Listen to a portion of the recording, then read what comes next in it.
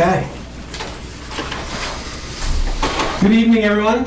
Tonight is Tuesday, March 10th, advisory meeting this evening. And on the agenda for tonight, we have the Planning Board and Board of Appeals. Then we will move on to a newly appointed committee, the Human Service and Safety Committee. Then we will speak with the Conservation Commission. And then MIS is coming back in. And then we will move on to overall advisory business, where we're going to talk warrant articles. We're going to talk about Ted's fuel analysis, continue on with that, and all of the other stuff that is in front of us. So, without further ado, we will invite the town planner, Erica Grady, down. Hello. Good evening. Good evening. Hello. I just got it. Yeah. This one. Which one? We are at line 175, which is on page 5, the bottom. You know, if you want me to turn your pages for you. I'll go to the right page. So I prepared sort of a backup sheet for everyone. I don't know if it will be helpful or not, but Thanks. Excellent. helpful for me at least. Thank you. There you go. Thank you. All right. So where would you like me to begin? Well, yeah, why don't you take us through your worksheet that you've prepared, and then we will Sure. follow along with that, and then tie it into the budget worksheet that Julie has for us. Does that sound like a plan? That sounds like a plan. Yeah, I have the printout from Julie as well.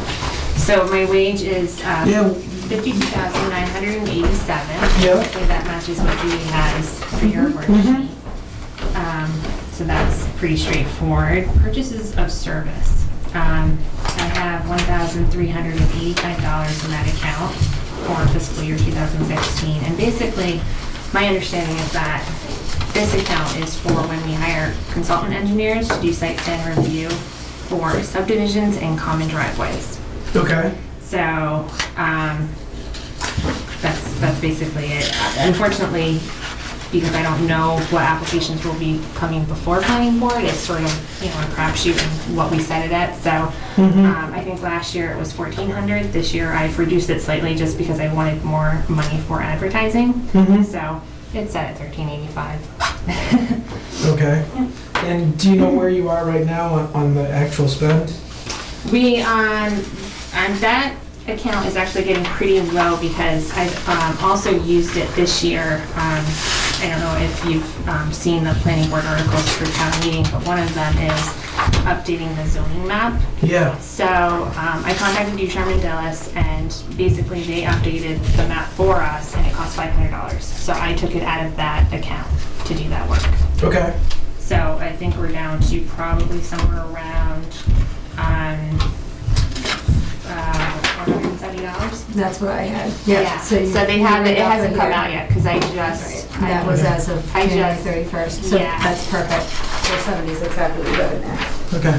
Yeah, because I just submitted that invoice in February. So that's that one. And then advertising. So advertising last year, I think it was set at $385. I bumped that up to $500 this year, just because we did have a lot of legal notices that needed to go into the paper this year. So basically that just assumes 4 hearings, $65 per notice. You need 2 notices per hearing. So that's what I set that at.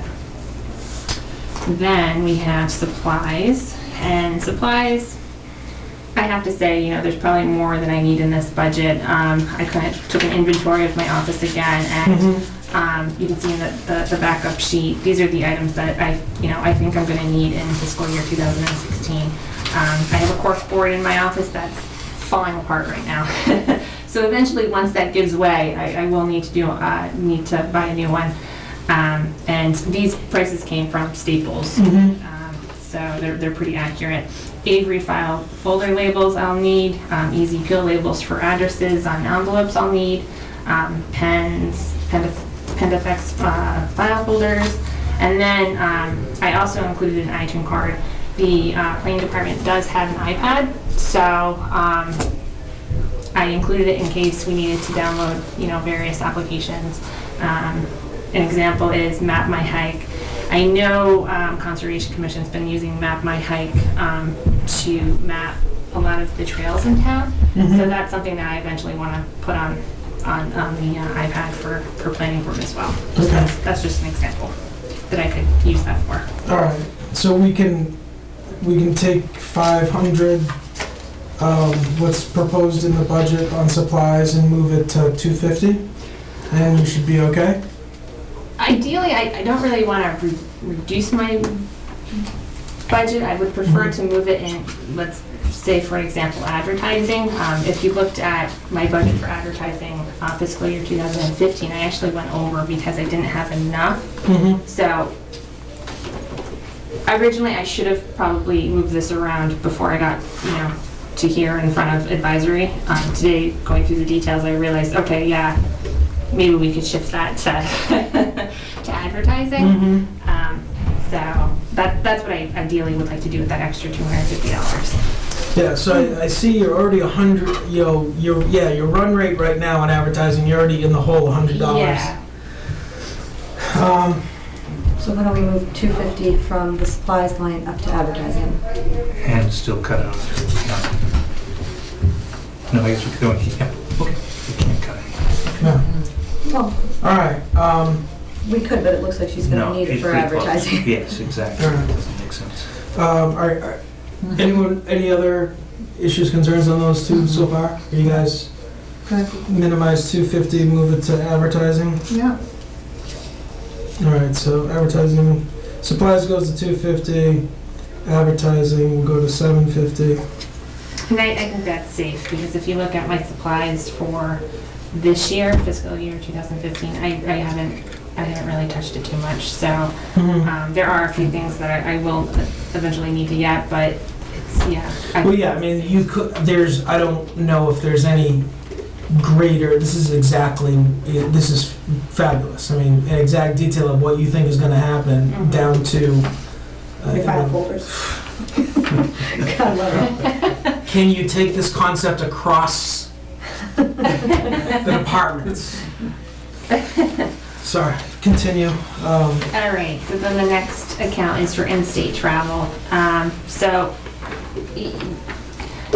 basically, this is for the various meetings that I have to attend.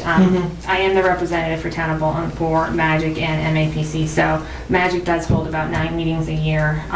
Most of their meetings are in Concord, so this is just a rough cost for what, for mileage for attending those meetings. So that's about $200. Then I also attend, like I said, the MAPC. I'm part of the 495 Metro West Partnership, so sometimes I go to their meetings. And then this year I started attending the Massachusetts Office of Business Development. So I don't know exactly how many meetings I'll be attending in fiscal year 2016 for those various departments, but I put $60 in there. 600. Yeah. Oh, I'm sorry. Yeah. On my backup calculation worksheet, if you look under MAPC, there's $60. Oh, okay. Yeah. Oh, I'm sorry, yeah, the total is 600 for in-state travel. I jumped ahead a little bit. And then this also includes attending a couple of conferences, so, and they're sort of itemized out. And then I threw in a little bit of money for maybe workshops or seminars that I'm not sure that are coming up that I might need to attend, so I put $50 in for that, and then another $50 in for site visits. If there's, if I'm not using the town car. So So it's 600 in total. of all that in-state travel, everything that's in that line item, how much more of that do you have in this fiscal year? Have you gone to a lot of the shows already? Or is there still stuff coming up? Is there a lot of spring movement? And the reason I ask is your rate is not showing, you've only spent 130 of the 600 so far. So I'm just wondering, is that because there's a lot of stuff coming up in the spring? Or is that because maybe we budgeted, it's the first year that we had that line in there, maybe we went a little high? Sure, there are a couple of things that are still to come, like the Citizens Planner Training Collaborative Conference. That's this month, actually, so I will be attending that. That's in Worcester. I did sign up for a GIS seminar, which is in Salem, so I'll be attending that. That's not on here, right? That's not on, that's not in here. Okay. So it just really depends on what seminars come available, and you know what kind of piques my interest and what I think I need to attend. All right, so I think it's something like this. You know, as this goes on, you know, it's a first stab. Last year was the first. And to Stasha's point, you've gone 132. And I understand some things are coming up, but I think as we go into this next year and things are tight, you know, you're going to be able to hopefully grab from others. Worst case, you can come to us. So I think more in the line of 400 or so on that. Anyone? Well, in-state travel. I don't know what this upcoming meeting you're going to go to is going to cost because it's not on here. But let's assume $200 with another $135 for the other show or meeting. You're right over $400 for the year. So would $450 you think be enough, or is that cutting it too close for a year? Because it waxes and wanes, it looks like, over the history of since 2012. Yeah, and to be honest with you, I do plan on ramping up my attendance at these events. This year it's my first year as a town planner. My background's in engineering, so it's been a lot of getting up to speed with just the internal workings of this position and understanding the day-to-day type of tasks. So I haven't had the opportunity to attend as many seminars as I would have liked to. So that's, you know, in the next year coming, I would like to branch out and develop my skill set. And I bring it all back to the town, so I think that's good. And that's probably part of the reason why I haven't spent it, because I haven't been attending these seminars as much as I would have liked to. So the GIS seminar that I'll be attending is $175. The Citizens Planner seminar is $65. So that's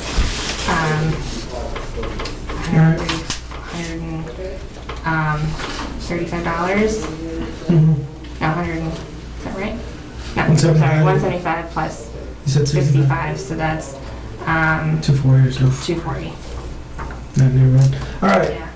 On top of the 130 that you already spent, and then you're saying that you're gonna look to ramp it up.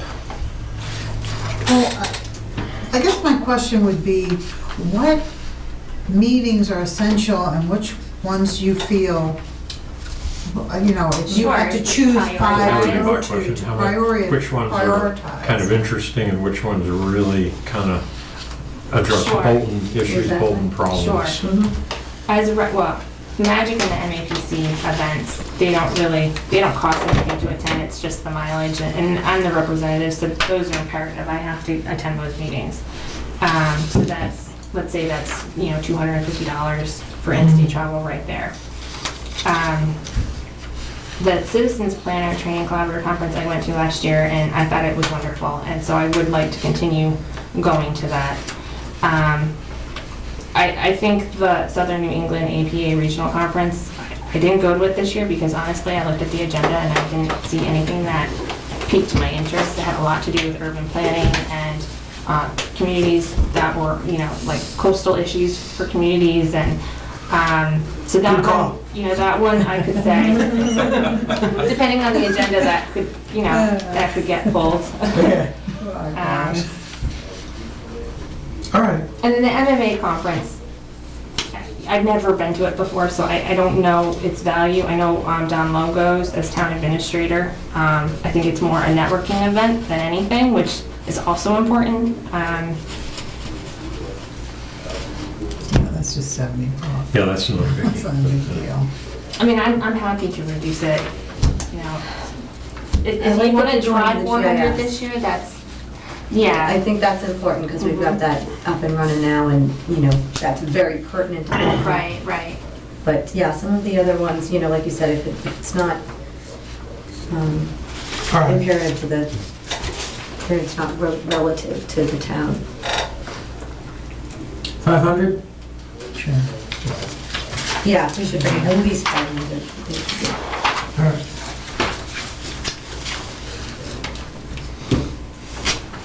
Dues. Okay, so this account, I think we can definitely reduce. The only dues, I would like to, the only membership I would like to apply for is the American Planning Association, and that has a national, and a chapter due, so that's $255. That's what I would be requesting for that, and I haven't spent it this year, but that's because I haven't, I haven't applied for the membership, but I'm going to. Okay. No problem. So 400 down to 255. Yeah. Okay. Wonderful. And tell us about meetings. And then meetings, it's just, it's the cost of the seminars, so. Oh, to up here on the in-state travel. Yeah. Okay. Right, that's the, okay. Okay. Great. This is really well put together, by the way. Yeah. Thank you. That's so easy. And then, An engineer. That's right. Okay, so we reduced the budget by 100, is that correct? Why don't you review the, yeah, so Erica, so advertising, we went from 5 to 750. Okay, yes. Supplies, 500 to 250. In-state travel, 600 down to 500. Dues, 400 down to 255. Okay. And this is, to your point, I mean, this is you just came on board, right, when you were putting this last year's together? Yeah. So this is really- Yeah. So this is really your first? Full Alright. full year. Yeah, and I mean, I think what came in exceptionally well prepared. And this is a work in progress, and I think you'll get, as you go deeper, you'll get a better understanding. And really, what we're just trying to do is realign, right? Yeah, sure. So that it's more of a true line of sight going into each. So it'll be a work in progress as we, meet up with each other next year. Sure. All right. All right, and so now, yes, Dave. Yes, the wages line,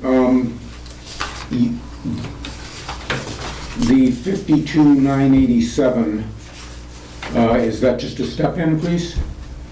The 6.6%?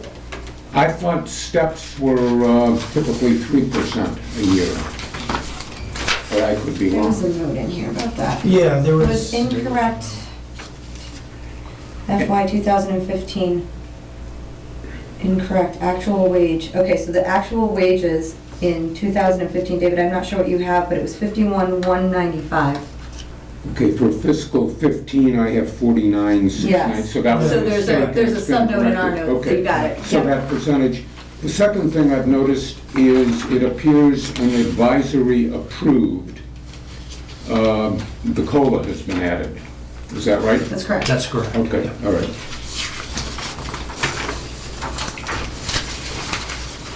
All right, so,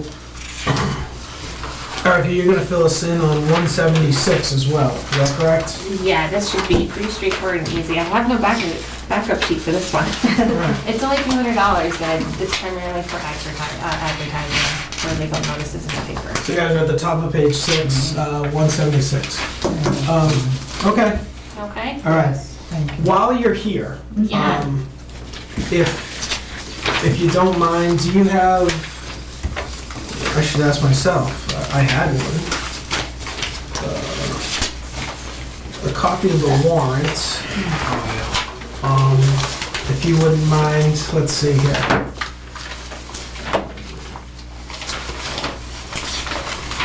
So you guys are, let's see here, We have two. Article 9 Yep. and Article 10. That is correct, and they're both related to the mixed-use village overlay district. Okay. Yep. So can you give us a little background?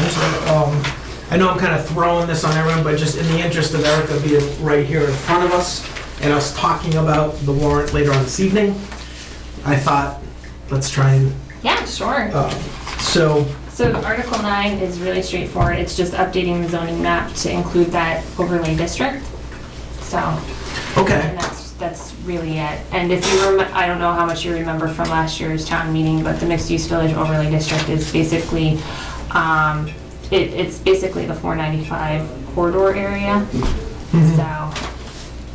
So I was heavily involved in putting all that together. So that, Okay. so it was, just so we have the benefit of everyone understanding here. So at last year's town meeting, it came before the town to basically say, do we or do we not want this, mixed use overlay? The answer was yes. So now this Article 9 is saying we're gonna take that defined area and add it to a map. Correct. Okay. Yes. Questions, anyone? Is there a dollar amount on that, or is that yet to come, or what? I've already, that was the $500 that I spent from, yeah, for Ducharme and Dillis. Yeah. So it's already been spent. It's already spent. Yeah. But this is, Not everything, the good thing, there's a lot in here, Ted, but not every one has a dollar tied to it, which is exceptionally helpful in this. And really, it's just a formality. it It's really is, yeah. just updating our maps so that moving forward, it's. And it seems Okay, like, so you've already amended it. I know, it seems like I've jumped the gun. It does. No, Undo but that. it Assuming that really would is say just a yes. formality. Town council advised it last year. It's this, the AG's office also advised it last year. So it's really just a formality. And in order for the town to see what the map would look like at town meeting, you kind of have to do the revision. Otherwise, it would only be a description. It wouldn't be something visual. Does that make sense? Yeah, it makes sense to do it this way, and it's gonna fly by, of course, it's gonna pass, but it just seems like somebody might say, I jumped as the we gun. know It people begs some do. questions. Yeah. But we don't necessarily We have won't to have mention to. it here. No, And to encourage that, can we move on? Only if, when I say that to you, you accommodate me. as Yes. well. Okay. Okay. Well, that's a All great. right. So, Article 10. Amendment to the Code of the Town of Bolton to amend Division 1, Part 3 zoning bylaw, chapter, special, holy cow.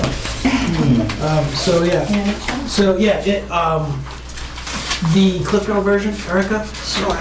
So basically, this bylaw, it said that you could have more than one building on a lot, and you could increase the building square footage to 10% building coverage. Is what was voted? That was voted last year. Last year, okay. Yes. However, it never really addressed building density, so how close those buildings can be together on a lot. It didn't address that. So that's what we're addressing this year. This was recommended by town council, as well as some of the former planning board members. They said, hey, look, this could be a problem when an applicant comes before the board, because if someone were to challenge their layout, technically there's nothing in the bylaw that says what the density needs to be. So truly, the density would have to revert back to existing zoning, which would completely defeat. To be one, right? One Yeah, per exactly. 78%. One per 80,000 square feet, which would completely defeat the purpose of the mixed use Okay. bylaw.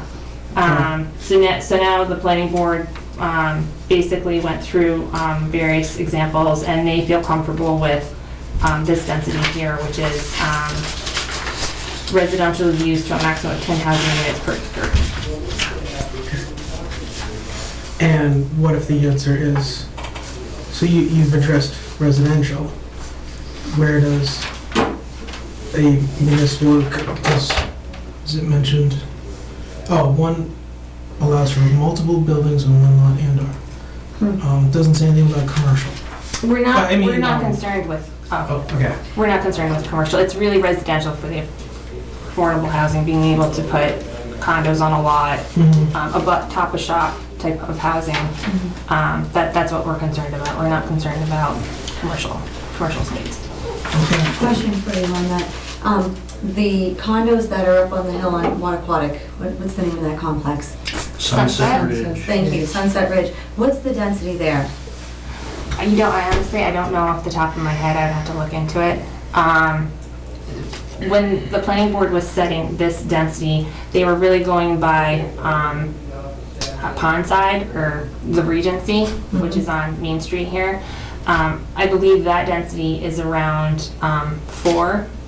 Per acre? Yeah, somewhere in that vicinity. So, just as an FYI, in terms of affordable housing, I mean, the density can go all the way up to 40 per acre. I mean, this is really on the low side. Is this assuming that they would be individual, can you stack these? Could these be stacked units? Or are they assuming that they're individual units? I think it per could be acre. either. It could be acre. Yeah, the idea is to address either top of shop or condo style or single Right. family even, so. Okay. Is there a standard relative to the distance between, so that for fire purposes, when it catches fire, it's not 5 feet away, it's 15 feet? Well, I think that would also be Is addressed that- through the special permit process. I mean, it wouldn't, you know, that would be something that the fire department, obviously, they would be reviewing the plans and making sure that there was appropriate access, so. But this is just a maximum. It could be less than that. It's my concern here, my first reaction, and I'm going to violate exactly what I was talking Of about. course you will. Yeah, I know. Did you get? No, you can shut me up. My concern there was, I mean, this was a very contentious topic, I right? know, I know. And there was a committee formed, cross-functional, right? And it was passed. My concern here on this coming is the perception of a bill of goods, right?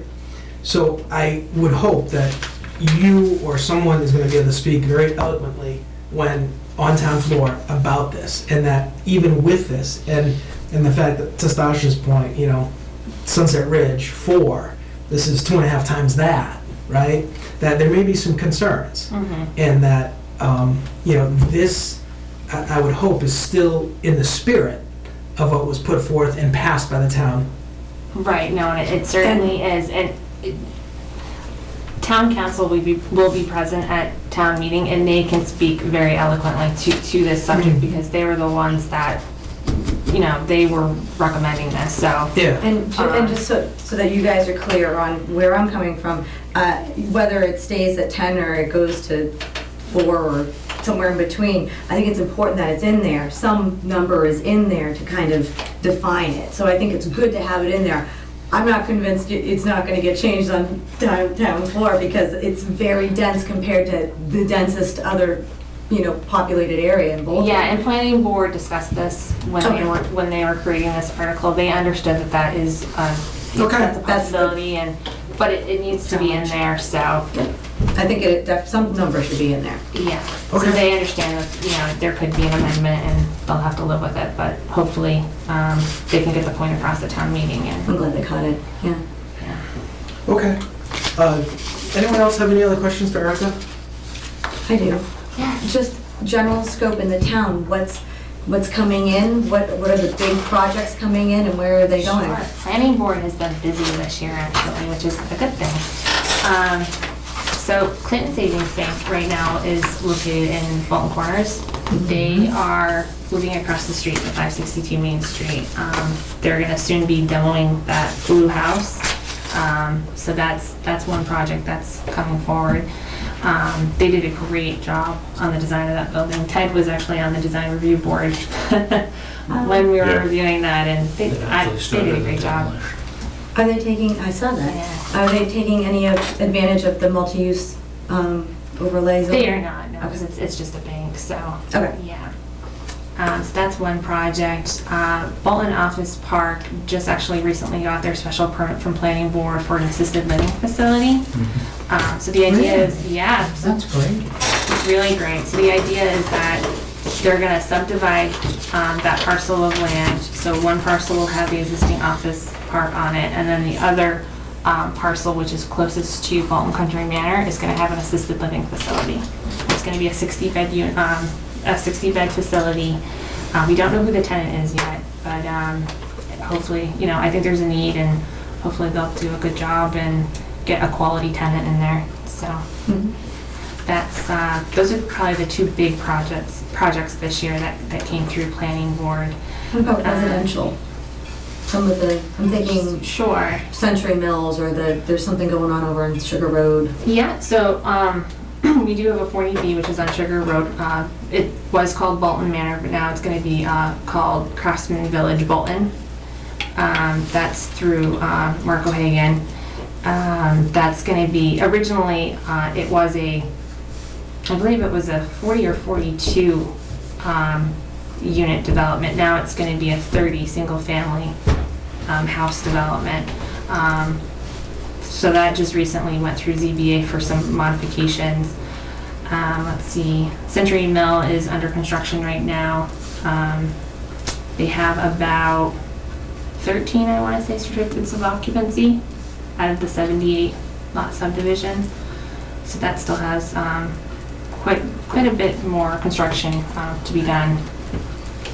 And that is going to come out the other side, right? There's going to eventually Eventually, be an yes. attachment to Century Mill, the Yes. road. Okay, got it. Yep. Now, the 40B on Sugar Road, did they have a plan?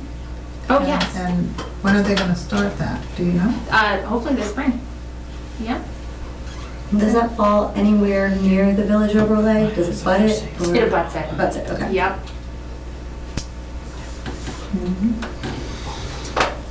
Thank you. I'm just trying to think if there's anything else. I'm sure there is, and then I'll tomorrow I'll be like, oh, I should have told them this. It's just good to get an idea. Question, does individuals from the school Yeah.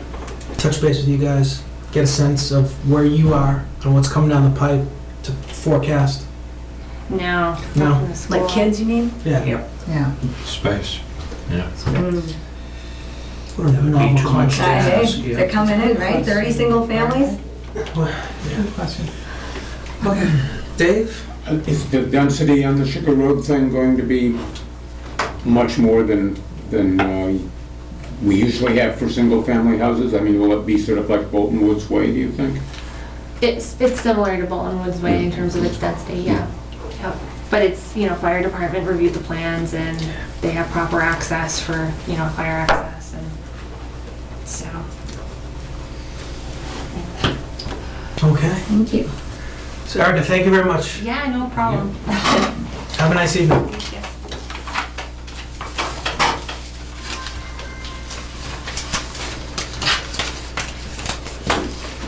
Pat? Sure. Come on down.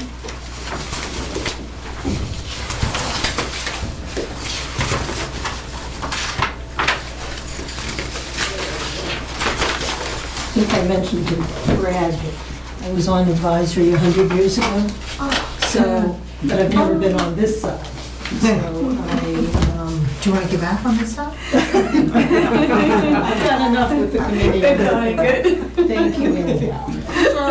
No. Nice try. What page are we on? Forgive me. Oh, a new one, I don't know where I'm at. It's pretty short. You know what they've listed you out for? I don't have a number, I don't have line items, but I just Maybe it's on that. figured that would be taken care of by the powers that be. We're trying to figure that out. Hold on one second. We're all scrambling, taking a look. Maybe there's some of those. Uh-huh.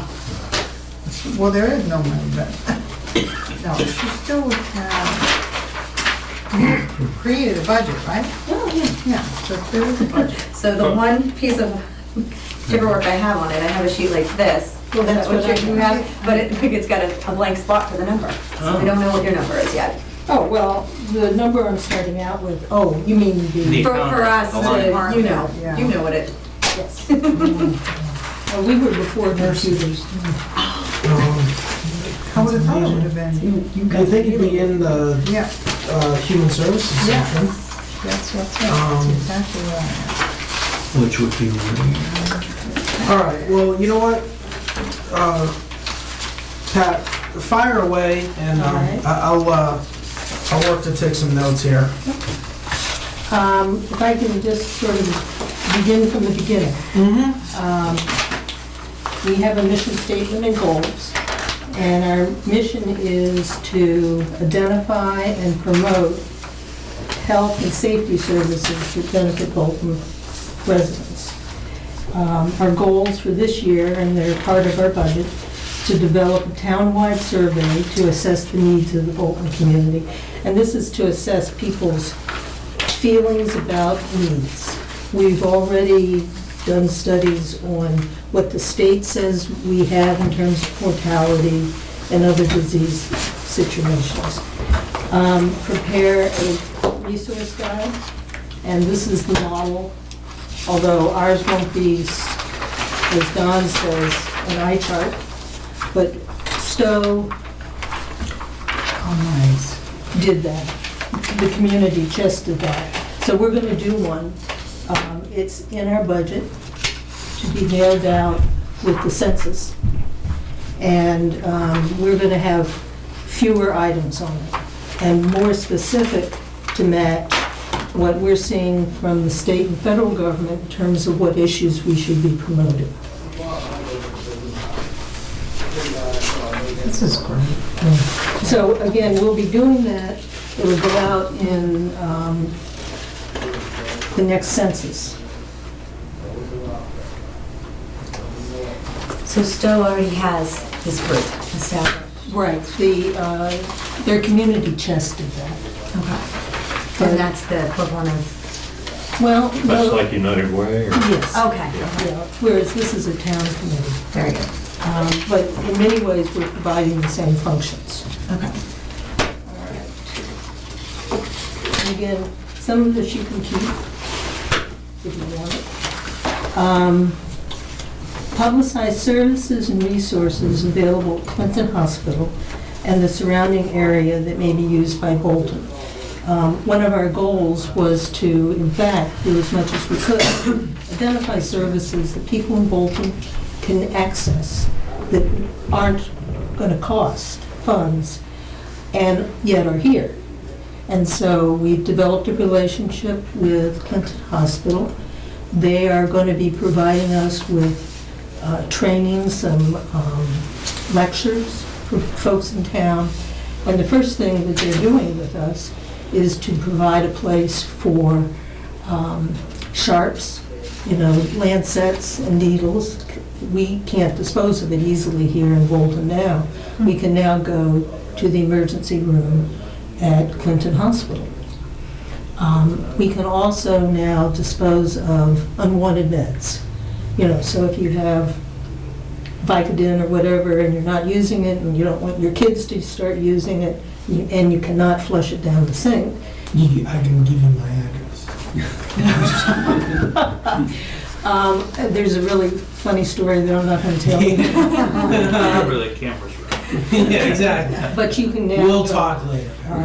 You can now go to the police department in Clinton, and they're very easily accessible. Yeah, I do it all the time. That's that drop box. Yeah, It's great. yeah, it's great. So we, It's up you're digging in. I come and How go. proud. well, no, we have been meeting with another organization, the Montechusett Public Health Network, and we were in a meeting, and they were literally talking about folks in town who don't want anyone to see them go to that kiosk at the police station. They bring their meds into the public health department. And so, people, they'll come in and they find little packets on their desks, It's not exactly what. Well, that was gonna be my next question, is does Bolton have a drop, but No, we don't. want to go out of. We don't. Chief doesn't want to do it. Okay. There are hidden costs. The one in Clinton now is being paid for by a grant. And so, And they're right next door, which is nice. that's correct. Yeah. And we're part of Clinton Hospital's catchment. So part of medicine today is going out into the community to prevent diseases, to teach about healthy ways of being, to reduce medical costs. And that's actually part of their mandate, is to work with us and have us make use of their facility. So it's a win-win for both parties. And right now, we're working on a program, one of the members of the committee, on cancer. I can show you a study we've done where Bolton is the second highest in an area of towns, around 34 towns, with their death rate. And we're exploring it, trying to understand it. Cancer is high in that list, and we'll be doing a program on cancer. And so that kind of goes to point D, developing and organizing a series of programs on health and wellness. We are working with Chief Menzer for a fire prevention and safety forum next October. And one on suicide possibly in the fall. So we're trying to fill all of the aspects of our mission statement. I put together a report, and I didn't really, wasn't quite sure how many of these I should bring. I have one extra, and this is a study that I just came from Board of Health reviewing this with them.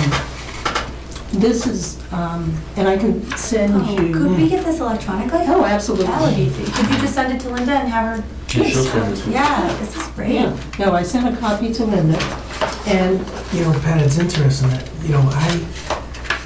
you mentioned cancer, and there's a, what you guys have identified as an increased number. yeah, It seems to me that there's even an increased number on child cancers. well, the state doesn't report it so much with us, Yeah. and I think maybe it's the level of incidence, but I will follow up on that.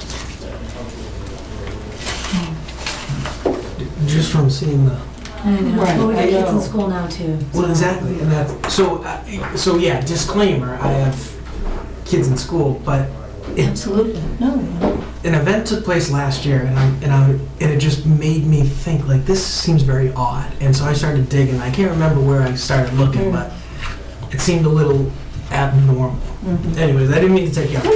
no, But, but I mean, that's, no. those are the mandates of our Small job. job. This is Here great. with children.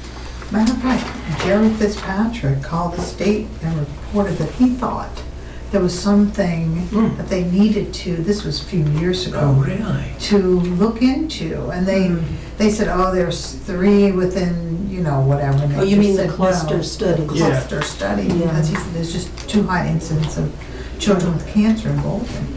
Yeah, if you, And but, Yeah, yeah. I will add that. I will add that. Yeah, that'd be curious, certainly. the state said no. Just as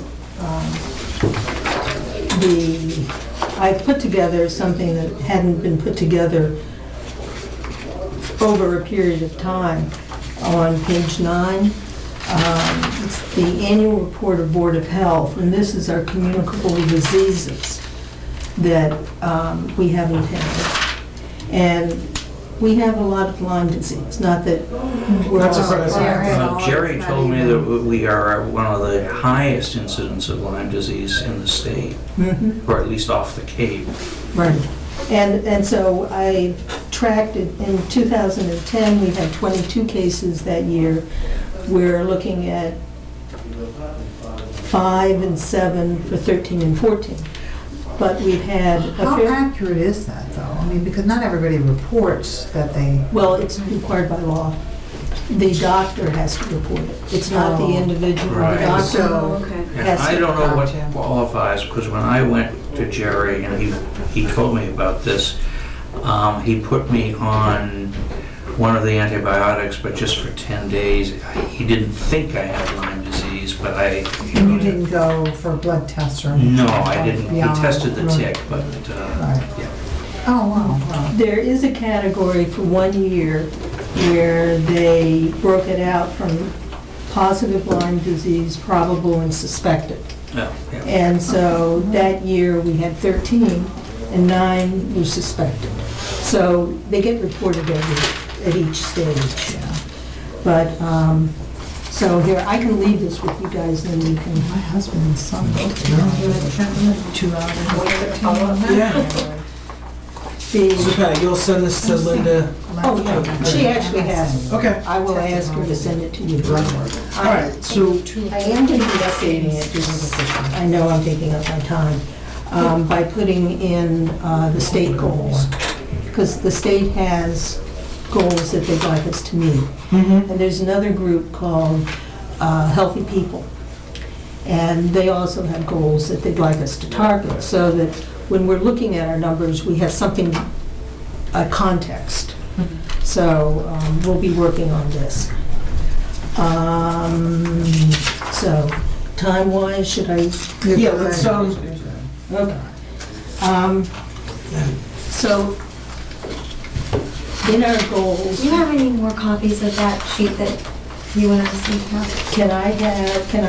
no, this is You all I don't, that's all have. you have, okay. Okay, I don't see I that. guess I didn't understand you all wouldn't have it. No, But- we didn't either. Yeah, and I don't know where I got this. It was in my big, I think it must have come from Linda, that first week, that first binder that we got. Oh, Because I just transferred everything into yours. I've been looking. But I I can't find it. I can't find it either. All right, so I'm just going to kind of read over these. Go ahead, read, I'm following No, you no. well, go ahead. This, I put together as a program budget with 3 potential forums. And the forums would have printing, we're looking at food, you know, if I can't get volunteers, food. If we have to pay for honorariums, for their travel, sometimes you do. And so I've grouped those, and again, I'm not sure what categories they should be in for now. This is our survey that we want to do next spring. We're going back and forth on this, but right now, we've pretty much decided that we're going to use the town census for the mailing. And Pam gave me a quote for the printing. Each piece that goes in there has a portion of the cost of the mailing. So that would be in our budget. Why would you do it paper versus internet? It's interesting because there's a concern with the internet, with SurveyMonkey. I mean, I think you can work around it, but right now, some of the members of the committee would rather see mail go out because you can control if, I agree with that. you know, God forbid, somebody decides to stuff it. It's a whole lot easier to do it with SurveyMonkey. And so, again, you have to bear with us. We're still kind of feeling our way. I have in there a consultation fee because I want to be able to talk to somebody Do about the we have smartest. 100% Is internet the in number every associated with household? that? No, I think we Yes, do. you need to see that. Let me see that. And probably your target audience, or many of your target people, the seniors and so forth, will be the ones who don't. That's why I asked. That's exactly, We need copies of that. that's exactly. I'm gonna run upstairs. Is the copy machine upstairs? I'm gonna ask. Yes. Do you want me to run up? It's, no, yes. Thank you for giving me that. Thank you. Thank you so very much. 5. It was in that initial Linda's package. Oh, okay, so Okay. I've got it somewhere. I have it too. But I think that'll give us a better springboard to have a conversation. Oh, sure. I know, I've been pouring through it, and I figured I'd stop so I could actually. Here we go. pay attention. Human services. Well, so. So keep going though, I'm sorry, Pat. Okay. No. We are, and so I've got in here the distribution of the resource guides. Again, that's a figure that I got from Pam. Supplies and postage, if we end up printing little posters for the events and doing some publicity, we're going to need some supplies. And travel, we have travel in there. We're going to a number of meetings.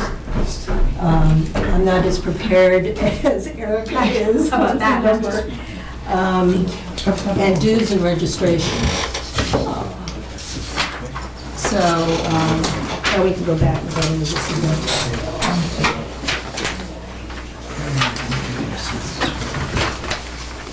I'm sorry, I just didn't think that you guys would need. No, We had it, we just didn't Yeah, want we to should. look. That's- So again, following in our mission statement and our goals and objectives, we would be doing 3 forums. Mhm. At the time we put this together, we had only been a committee for a month. So we said that we would do one on suicide, one on helping our aging parents, and one on heart attacks and strokes. Now we changed it a little bit so that one would be with Chief Menzer on fire prevention. One would be on suicide, and the other probably maybe on cancer, but we'll see how that comes about. And the one on cancer will be done with Clinton Hospital. The one on suicide, I'm a member of the Central Mass Suicide Prevention Coalition, and they've already agreed to help us with speakers. What about dementia and Alzheimer's? Well, those are very important. I just did 3 this summer, and one was with the town employees, and we used the Alzheimer's Association, and she presented a beautiful program to mostly the directors of the departments, with the idea that they would be in a better place to recognize early onset dementia and dementia. As it turns out, many people discover they have Alzheimer's in the workplace. And so we did that program. We did a 3-week program with caregivers. And we had folks actually that came from Clinton, West Boylston, and a number of areas. But we worked with folks on all the different issues. So we did one of those. And then we did this fall, a program called the 10 Signs. And so that I don't think has gotten on TV yet, but it's out there for TV. And each of the 3 that we do will be televised and run on VATCO. I had good success with that, with domestic violence. So, Okay. So let's go back to the surveys Sure. in that area. So 600 for postage, 325 for printing, and then a consultation fee of 2,500. right. So tell me more about that consultation survey. It's my opinion that we shouldn't be doing a survey by ourselves. We should be bringing in some outside help to look at the survey. Is it proper? Do we have the right sample size? I mean, a lot of this we know, but I want to be able to ask for advice. And I want this to be owned by the town in a way that we're comfortable with it. Because we may get into areas that are challenging. And I just want to make sure that we have assistance. Did I go out and talk to somebody? No. I used Onlo to guess. We're certainly not going to spend any more than we need to. Maybe you told us, but what is the survey going to disclose? It's going to ask folks in Bolton what the areas of concern are that they have.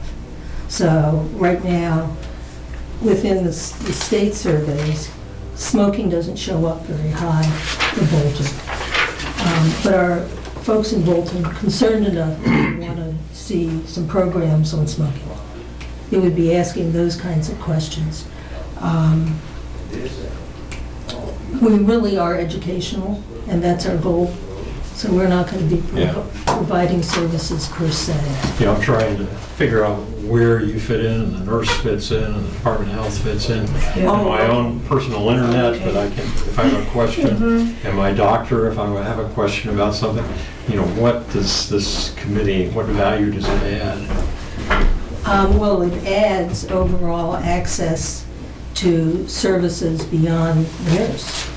We're identifying programs from the state and from our local region, where folks in town can, let's say they have a question, and maybe I can step back from that. One of the most troubling times for people are when they're under crisis. And they need to be able to reliably go to some place to get information. And that's what really our job is. Board of Health is quite comfortable with us filling this other gap. We work with the town nurse, or will work with Tamara, but she's one person, and she serves 8 towns. Oh, so last year, we were talking with, and I'm pulling this from memory, Yes. Board of Health, Yeah. and there was the town, Mr. Slade was sitting here, and he had mentioned that the town nurse was getting bogged down with human service kind of related things. Are you guys the response to that? Actually, I had never heard that. We Or are. it was something to that effect, and I'm paraphrasing, forgive me. No, but it's a need that I saw. So that I saw, historically, I saw domestic violence as a need that really the town nurse can't possibly manage. Alzheimer's, we do some, but folks need to be able to get access. What's the liability to the town if somebody has a crisis and they come to you for advice? Oh, we don't do that. We don't give advice. We would be saying, if somebody has, Education. if somebody has Alzheimer's, the contact would be, one of them would be the Alzheimer's Association. So it was Tamara, it was buying services for social worker or outreach. I think that was actually answered by the Council of Aging person. Yeah. That's So right. I just want to be cognizant of time. We're Yeah. already 15 minutes in. Sure. So I just want to give everyone a time check here. Yeah. And so start to formulate. Yeah, guys, Yes. we got 15 minutes into the next group, so I just want to be cognizant of time. Can we double back to the consultation thing one more time? Sure. It just and forgive me for asking it again, but what if we went with more of an online approach, what would the savings be there? Well, you wouldn't have any of the paper costs. As far as I'm concerned, the results, I mean, I looked at SurveyMonkey, and it's good. But what we need is questions, the design of questions. Again, we can do some of that ourselves, but, I think that should be done correctly. And we should use some outside services for advice on interpretation. Now, I'm sorry. Footnote, there's a person in town who does surveys, and off camera I can put you in touch if you're Well, see, interested. that's On a sort of- volunteer basis, can help you with questions. Right, and that And would be perfect. Electronically, it would go to a high percentage, so. Well, one should of be the issues, Okay. and I think goes to everybody. Joe mentioned it, is that not everyone has a computer, and not everyone is But your comfortable. sample size would be large. Well, not necessarily. It's what is the distribution? If you distribute through the town census, you're going to get a piece of paper in every household. That there is no guarantee that you're going to have a response on SurveyMonkey. Neither way. Well, that's it. That's my problem, is that I feel like it's a lot of paper and a lot of money and there's not even a temperature as to how many people would be interested in responding, and I can appreciate what you're saying. You're trying to start an initiative here and you want it to go in the right direction for the town, Right. and you need information to do that. And I can appreciate that, you want to make sure it's done right. I think those are all valid, respectable ways to approach this. But it's just a You've big got half number. of your budget almost in consultation. Well, that's true. Yes, And- and I think that, that's, Well, my concern is that this year's budget is just the beginning. The next year, Well, sure. I you mean, you that's- build out this whole program based on the survey, and Well, I mean, I think we have a major, we have a town that's growing. We just heard about that from the planning board, and we have, things are going to grow. We can't put a wall around the town, but I think we have to be very, very careful as to how we spend the money, especially this year. Yeah, but this is, there's just you've done an amazing job, Pat, in terms of laying this all out and explaining what in the game plan and the fact that this is the first go-round. You were actually able to tie money to goals, which is an amazing concept that even our superintendents can't seem to get correct. So I absolutely commend you on that. But going back to that superintendent, it is definitely a tough year. I'm comfortable with the approach that you give us what you think we can live with, and then I can come back to you. One of the areas that I somewhat expect to come back to you for, although I want to do a study first, is a membership with the Montechusett Public Health Network. In many ways, it's similar to Neshoba, but it provides many more services. One of the things that if we were a member, we would have had the survey done for us. We weren't a member, so we couldn't do it. Oh, So there are ways projecting down. Now, they're not going to they've just done a survey, 2014. We weren't included. Had we paid $300, there it is. Can we get in for next year? well, they won't be doing a survey next year. They'll be doing it every 3 years. Oh, right. Okay. But I think it's $500, and I would be, and again, I talked to the Board of Health about this tonight. We'll be studying it. They're comfortable with it because one of the things that program provides is programs. They get grants. Now, they get grants that Bolton would never get on smoking, on the kiosks. That's how those are funded. They have fabulous programs on underage drinking, on binge drinking, and they're all done again on the basis of grants. We aren't in that group. Can you say the name of it in its entirety again? Montechusett Public Health Network. And we've been meeting with them, and I've been speaking with them. But again, I want to make sure that we're not biting off something that we stopped using half year down the road. But that's the dilemma we're in. We're just starting out, we're not part of these organizations. And like I said, had we been, then we wouldn't be talking about a survey. We would not do a survey every year, just so you know. No, of course. And again, hopefully we'll be able to work with some of these other organizations. There's a group called CHNA. We are part of them geographically. We've never really been part of them organizationally. And Bolton is very low on the list of concerns. So again, through networking, the hope is that we would raise our visibility. And MOC, includes Bolton as well, but again, we're not part of their concern. However, we are a rural town, and so there are organizations that we can work with that look at issues like water, the fact that we don't have municipal water. Those are the kinds of things, again, down the road, but, we've just done it. I like that you are really, because these other agencies aren't interested in us, so to speak, you're kind of our voice in this realm. Well, it's sometimes an uncomfortable position because, I go and I just said, look, I know everyone thinks Bolton is beautiful, and it is.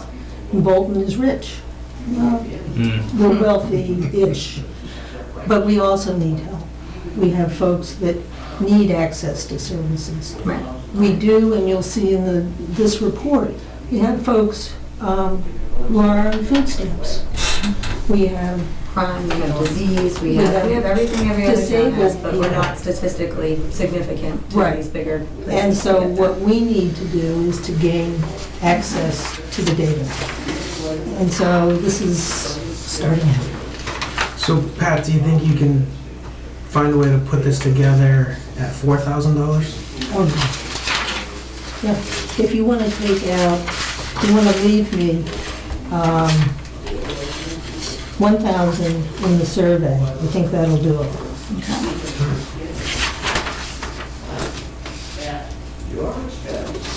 Okay. Remember, these are all guesstimates. Yeah. And we're leaving the mailing and postage and printing, Well, the distribution, but we're still gonna distribute via the census. That's the bigger question, sorry, well, So it's going in the same envelope?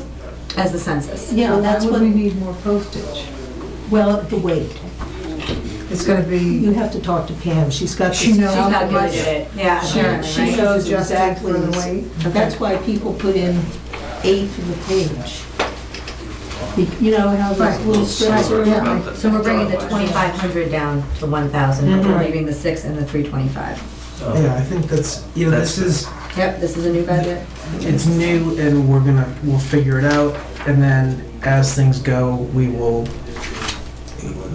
adjust. But, And again, our plan is to work on, through networking, to get access to resources. yeah. And, I originally, when I thought about this committee, I thought we should have as a goal that we spend no money and get all of our services and resources from other programs. I love that concept. That's a great concept. If it And works. in the spirit of that concept, give me a call or an email and I'll Oh, sure. I'll put you in touch. And Thank you. Any other questions for Pat? Pat, thank you so much. Thank you for all you're doing. coming in. Oh, and- thank you. And if you need for me to come back with questions, Okay, I'm just across the street. Thank you. all Good right. to see you. Good to see Nice you. to meet you. Very nice to meet you. Good to meet you. Very nice to meet you. And Be my careful neighbor. crossing the street. No, While you're driving. I drove. I'm not crazy.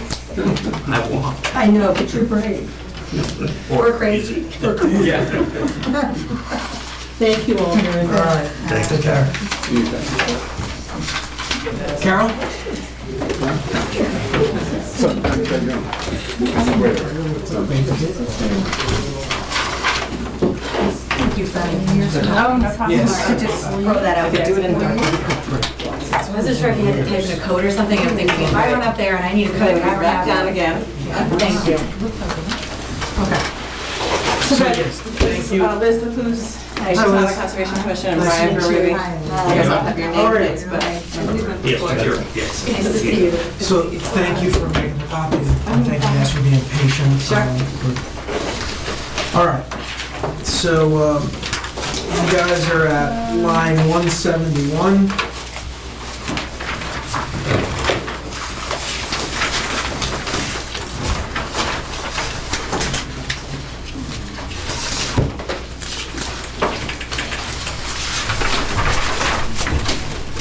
Everyone have that? okay, so you have something, we just have what we submitted, if that's the same thing. Yep. All right, so, let's talk about purchase of services. So, in general, let me just say, so that's the biggest change in our budget, is that we've increased it. We have in the past had purchase of services for different things. This is primarily, or solely, for hiring someone to help us to update the open space and recreation plan. The town's had an open space and recreation plan since the early 1980s. Every 5 to 10 years, every 5 years it used to get updated, and then the state extended it to make it a 7-year plan. So it's a plan that we've done primarily so that we can, from a resource area base, know what we need to do for land protection, for guiding development to appropriate places, for protecting water supplies, for protecting wetlands, for protecting natural, unique features and things like that.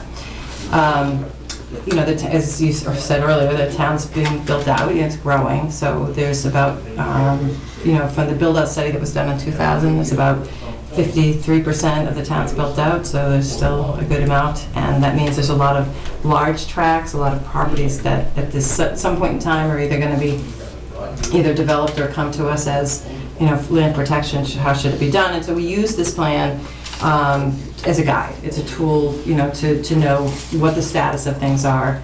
It's got some sections of it that have to be updated with the census information, that have to be updated to change who's in chapter land, who has taken land out of chapter land, so we can... So this is essentially your Bible? Right. This is what we use This is the starting point where you guys go right on everything. Yeah, if somebody comes in and says, we're interested in gifting this land, we'll go and we'll look at it. And in addition, I should say, there's also goals and objectives in it. So we can't necessarily crosshatch every parcel of land, but if it meets the broad goals and objectives that the town has come up with since the 80s, essentially, and we've carried forward with mostly the same goals and objectives of protecting the rural character, protecting, the natural resources and so forth.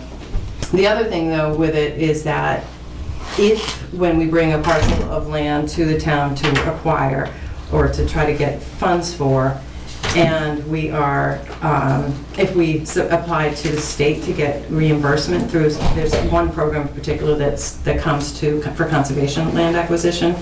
It used to be called the self-help program, now it's called the land program, and they will reimburse us. So not every case have we always been reimbursed, but we've had a pretty good track record. So we did get reimbursed around 39% for, I want to say it was the Weatherby property when we acquired the conservation restriction in that. And when we acquired the Moen property in Stevenson. So, for example, on Stevenson, that was in 2005, it was a $500,000 purchase.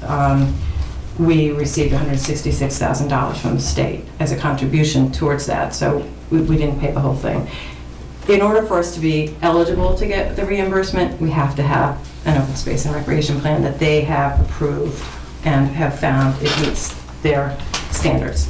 And this one's expired. This one's expired. This expired in 2012. Since 2012, we've done a few things. We've had meetings. It's meant to be that everyone buys into this. So we've had some public meetings to try to get input from people as to how it should remain, change, how are there things that people would like to see differently as goals and objectives. We had some working sessions on how we might go forward to try to do the mapping that's needed to identify the parcels and put together the overlays and so forth.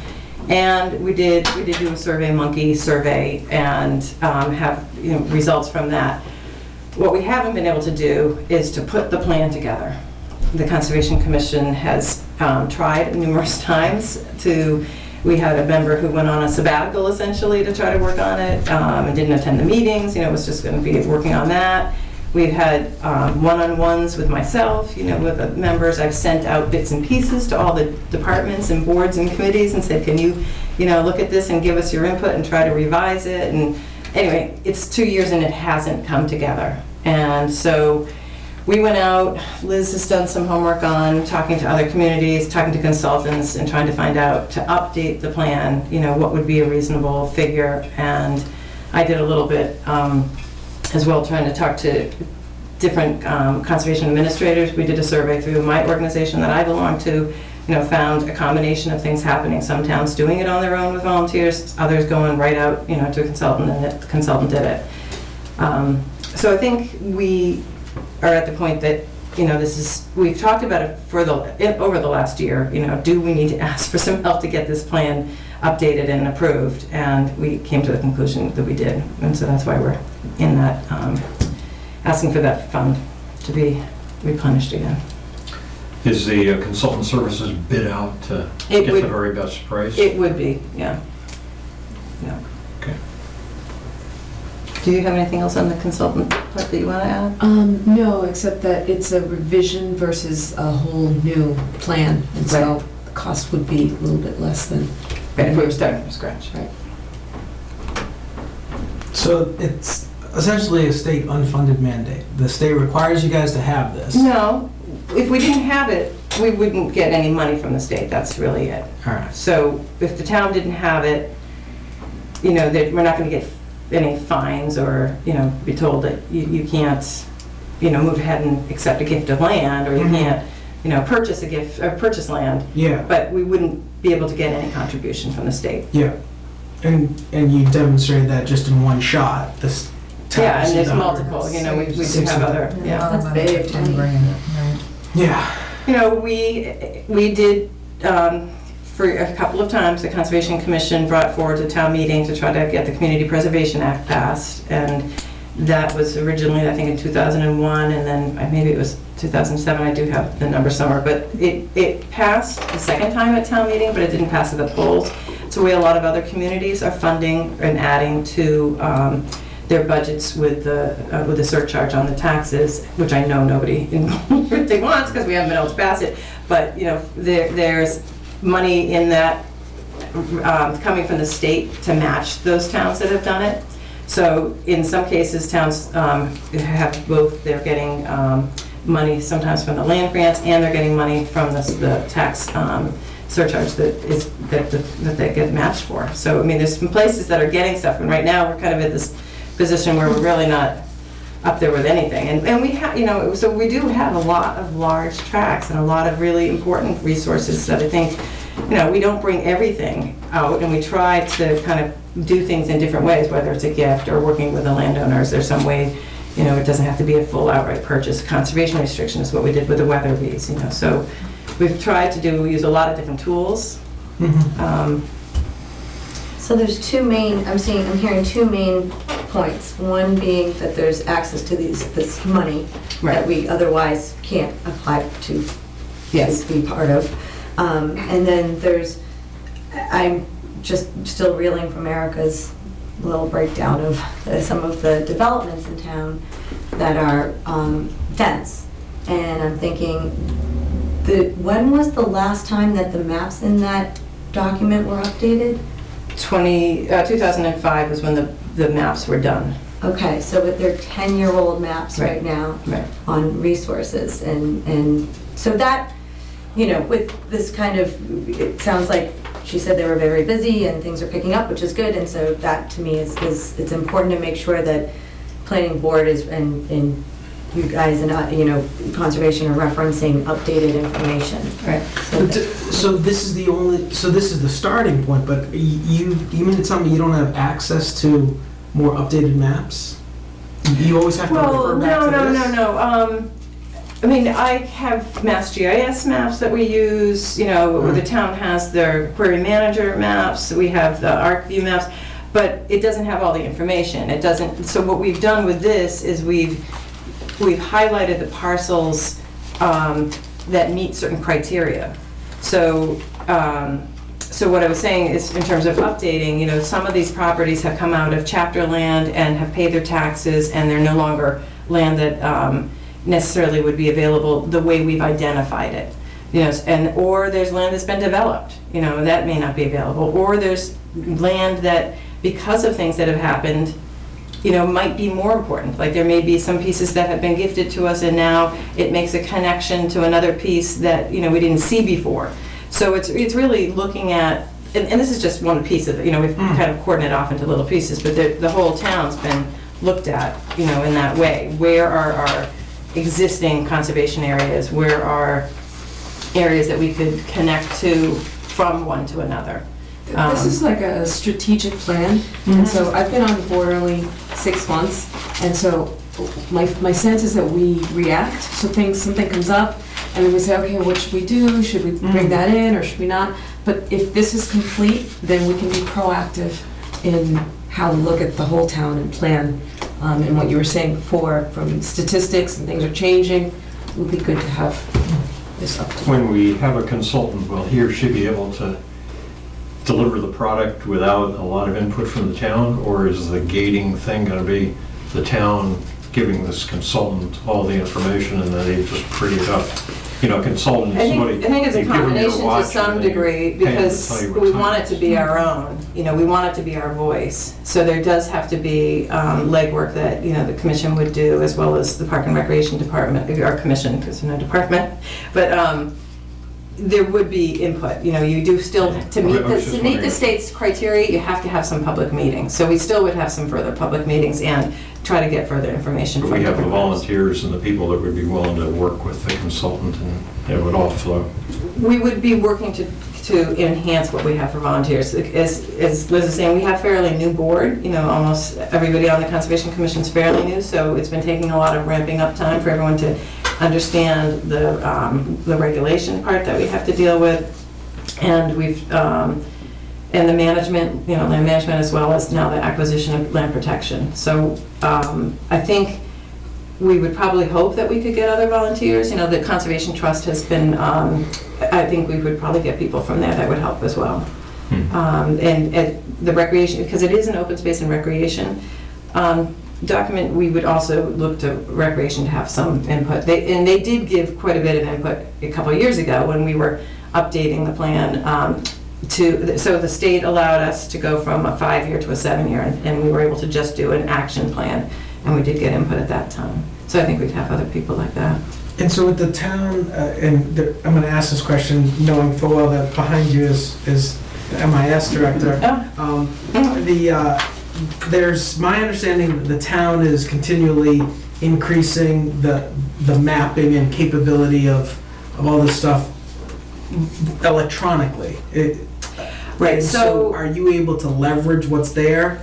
I can use what's there. I can't make the maps myself in the time and with the skills that I have, that we have already in here.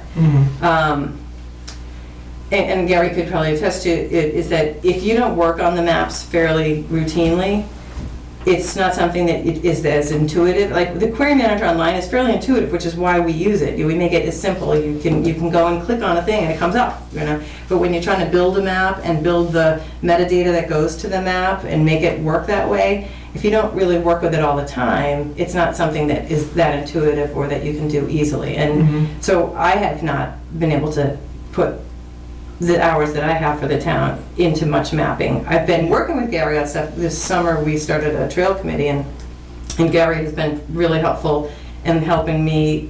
And we had Steve, was it Morse?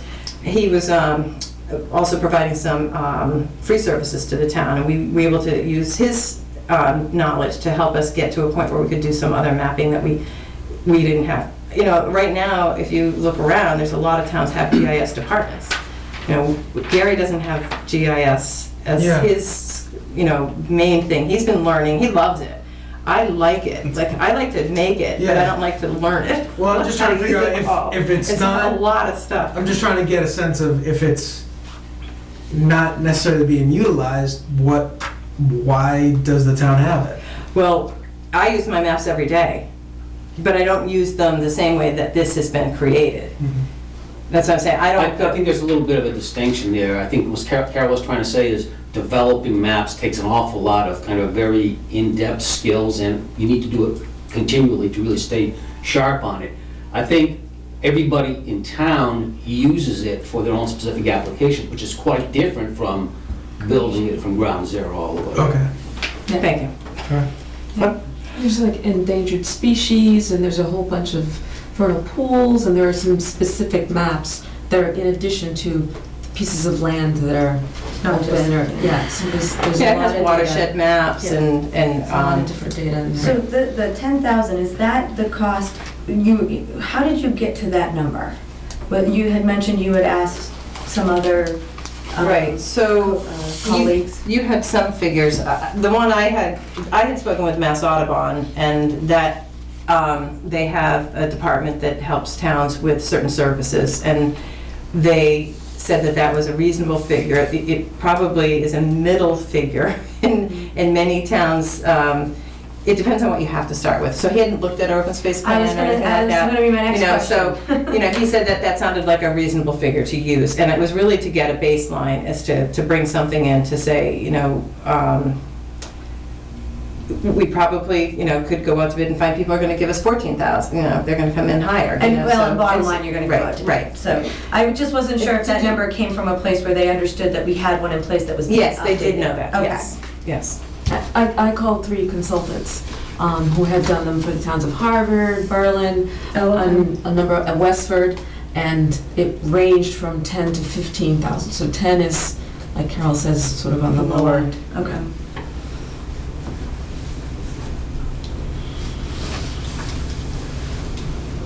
All right, so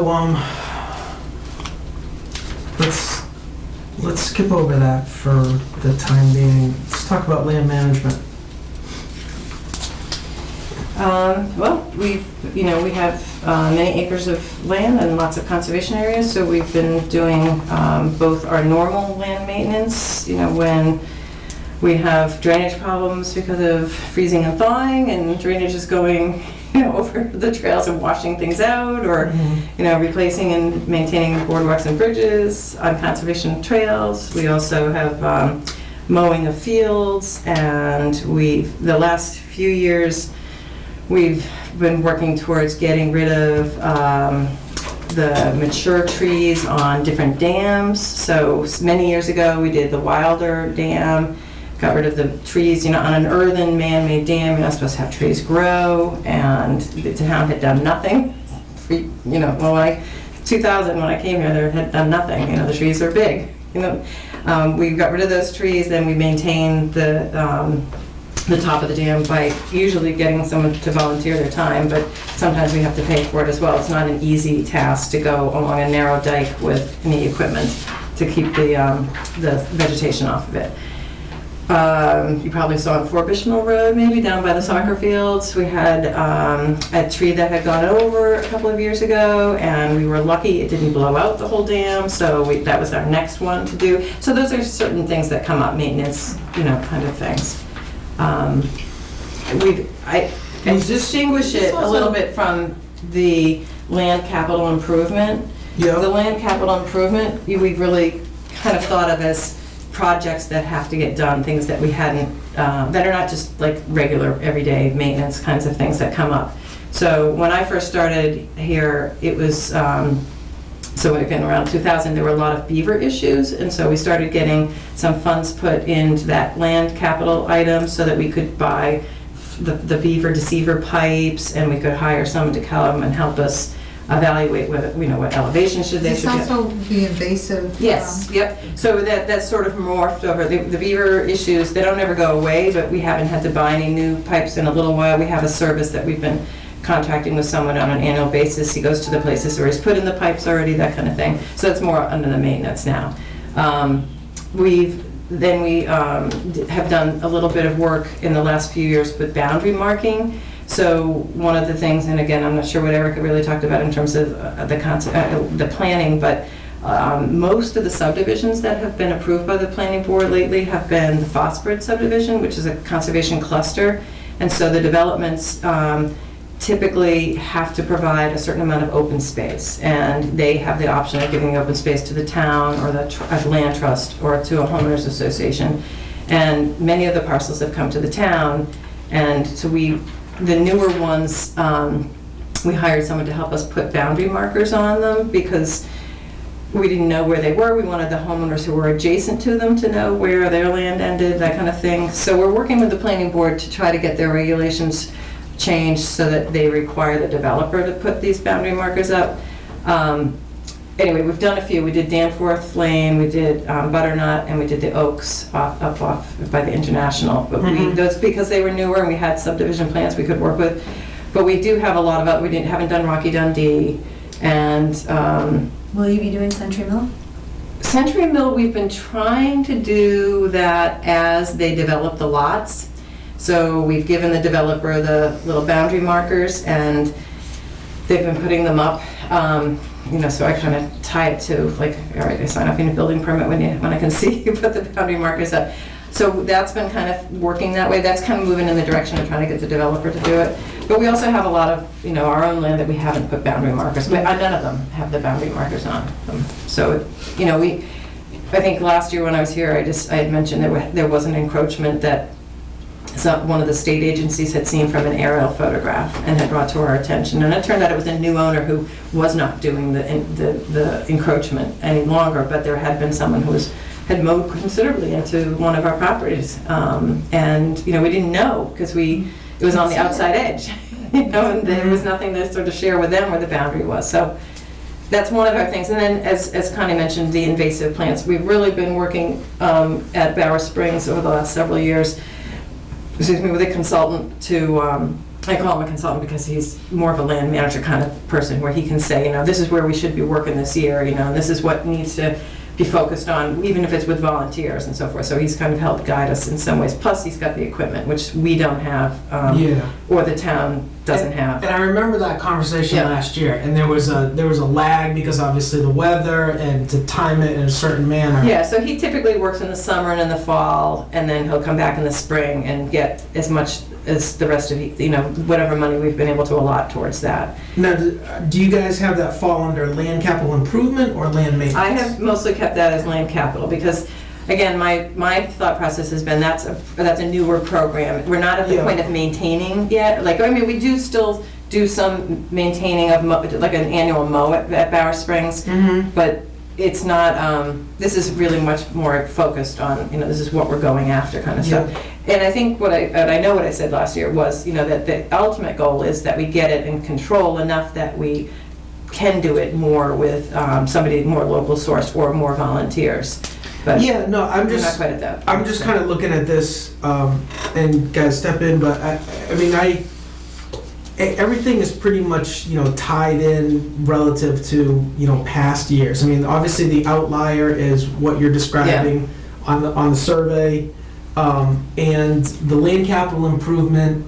As of January, which is the latest we have, your run rate is right there. You've spent half of the money and there's another half. Right. I guess my concern is the 6,000 on land maintenance, where year to date you've only spent $885.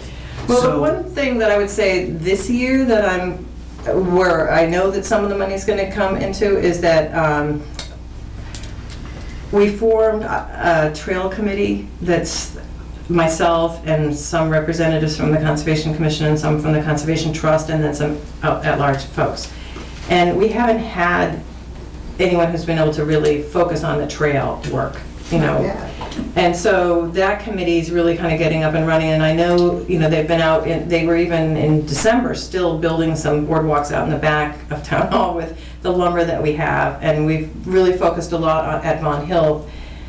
In part this year, it was because everybody knew that property, so it was like a good trial place to work, but the trails in some section of the Moen, which I call the whole thing is Von Hill in my mind, but Moen was a piece that we bought that was at the bottom of Von Hill Road.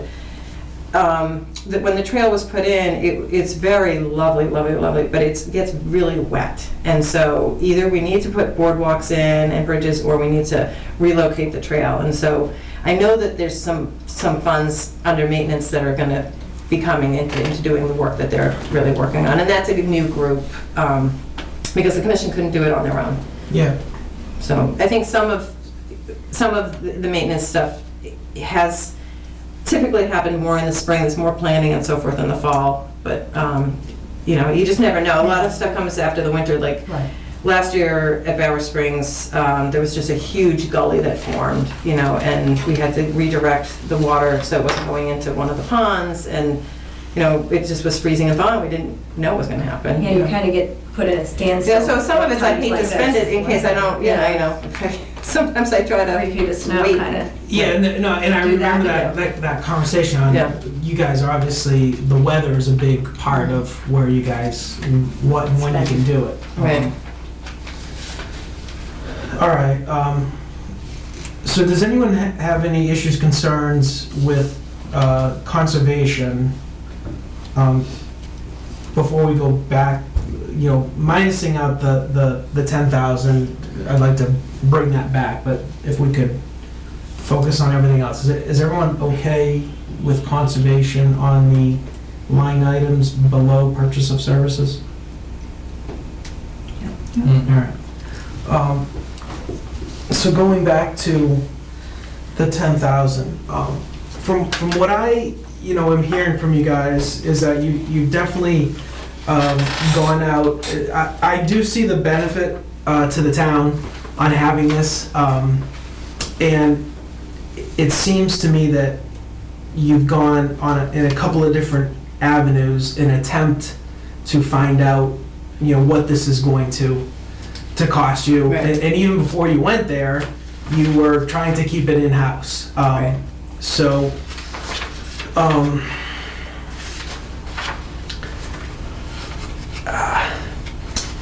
it does pain me, but I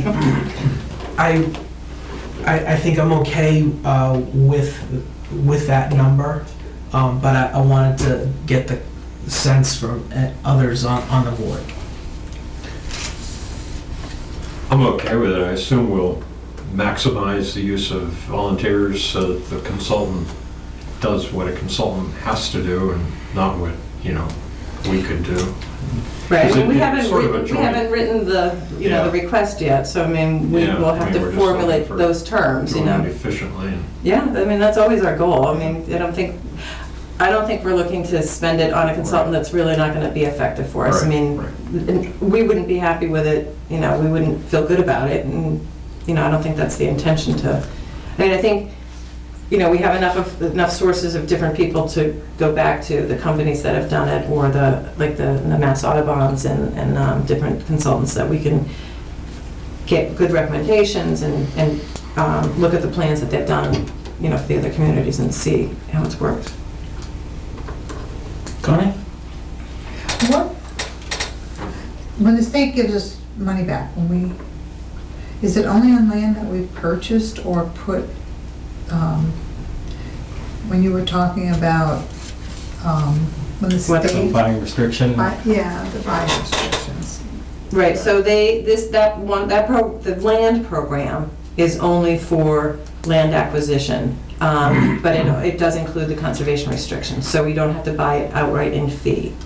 And so that was something that, in the case of the Weatherby property, I mean, it worked out well because that family wanted to retain ownership of the property at that point. So the you know. state, we got, And so you apply. and- So we applied for the grant, the reimbursement, and for Weatherby, we got $95,000. Do you see any land that you're looking at now that you are going Yes. to acquire? Well, as Liz says, things always come up, but what I see when I look at the open space and recreation plan is I see a lot of really big land tracts still. And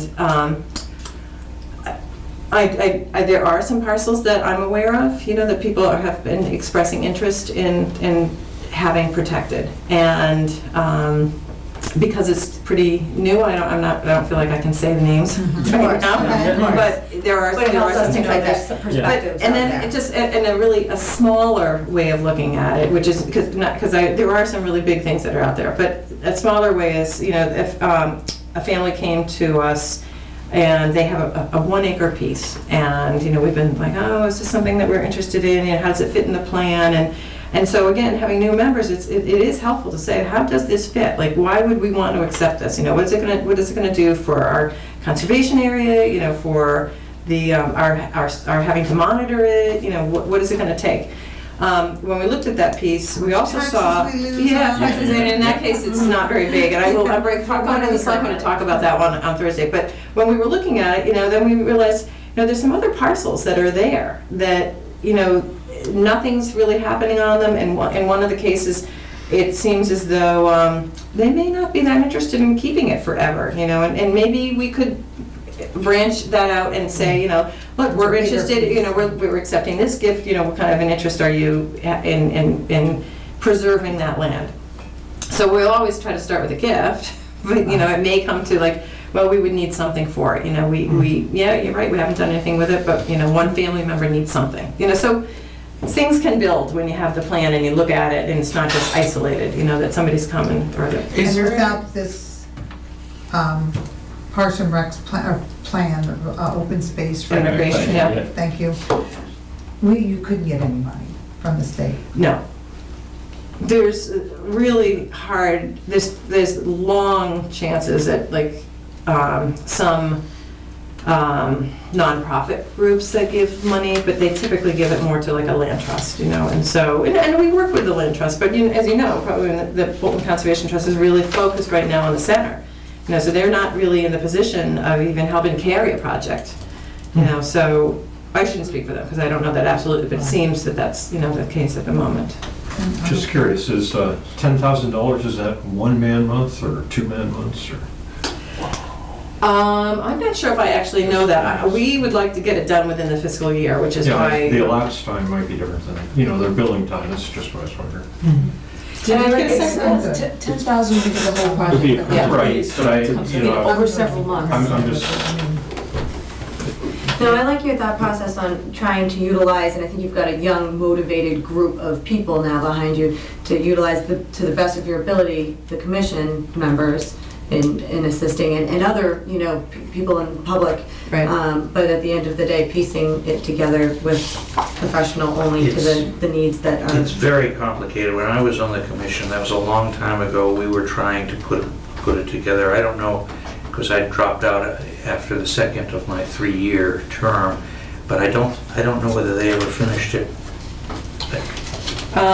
Well, so the last plan that was done with a volunteer who was unemployed at the time. Oh, that was Scott, yes, Yeah. and he did, You know, he did a terrific job. Yeah, and he did a terrific job, but it was an opportune, you know, thing. It worked out. He needed to be busy. He was on board. We don't have it right now, so it was fortuitous. Otherwise, I think we would have been back sooner than 7 years, you know. So a couple things, Dave, I will get to you. Yeah, I mean, I think you guys have heard earlier, and if you don't know, I mean, it is definitely a very tough year. Right. So this is, I think you're hearing that from all the questions, and and so that's probably the concern and pause on this. I do want to slightly move off. You mentioned, and I completely understand the privacy issues, but what I heard from you, I think if you guys are not doing this, I would ask that you entertain the idea of it. You know, we get a 5-year capital projection out from the various departments.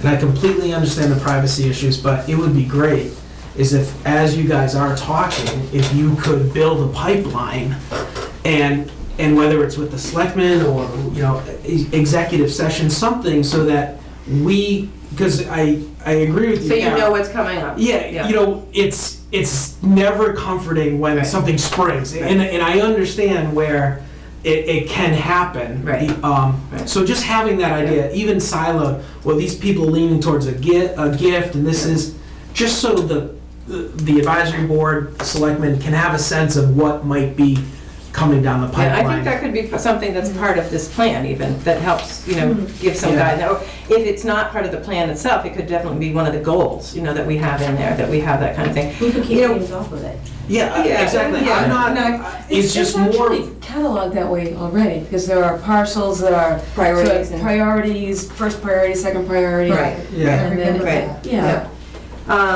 And you know, we have submitted, years ago, I have submitted capital plans, but it was always unknown, you know, and so, in really, then it was always the question of like, do we build the, you know, what is the best way for the town to really have the funds to deal with this, right? And so that's the thing that we would really need your help and the capital planning committee's help, is to, you know, is there a way to build money that's known that at some point, you know, we're going to be doing these acquisitions, and how do we handle this? So, you know, as I said, we tried the Community Preservation Act. That wasn't something that we've been able to pass.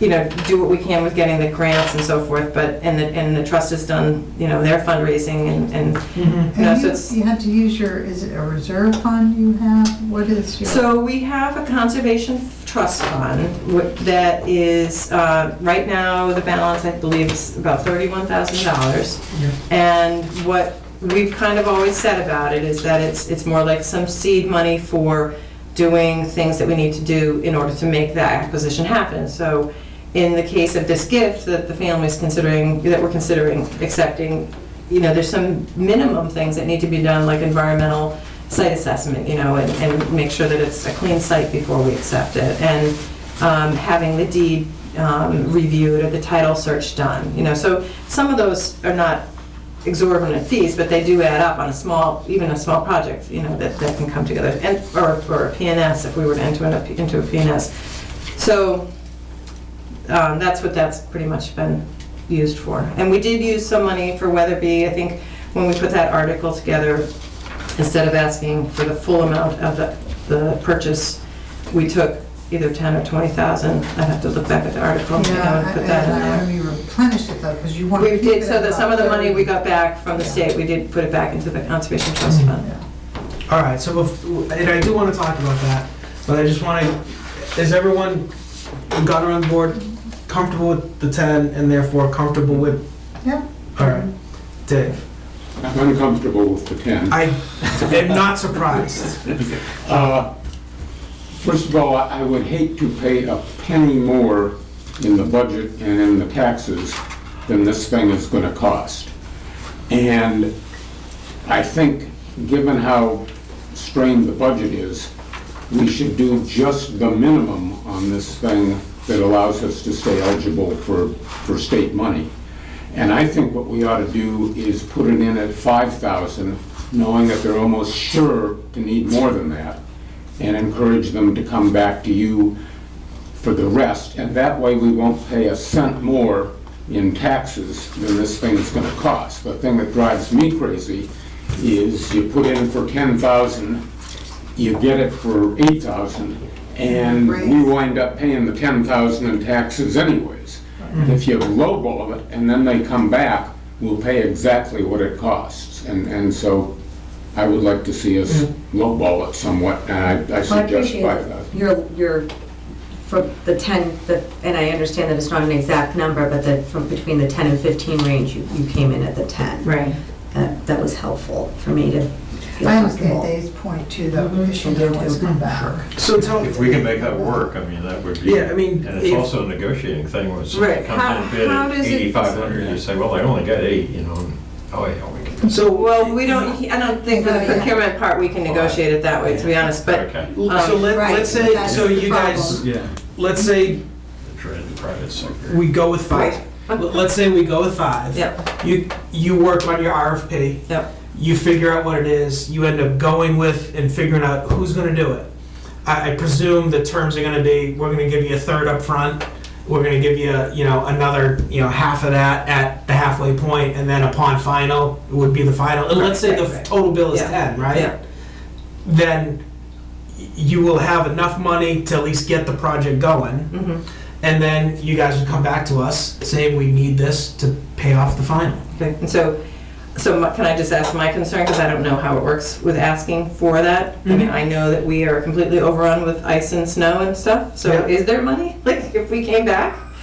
So my Yeah. concern, well, We see, need- and this is where it gets into the bigger picture of what is the advisory fund for?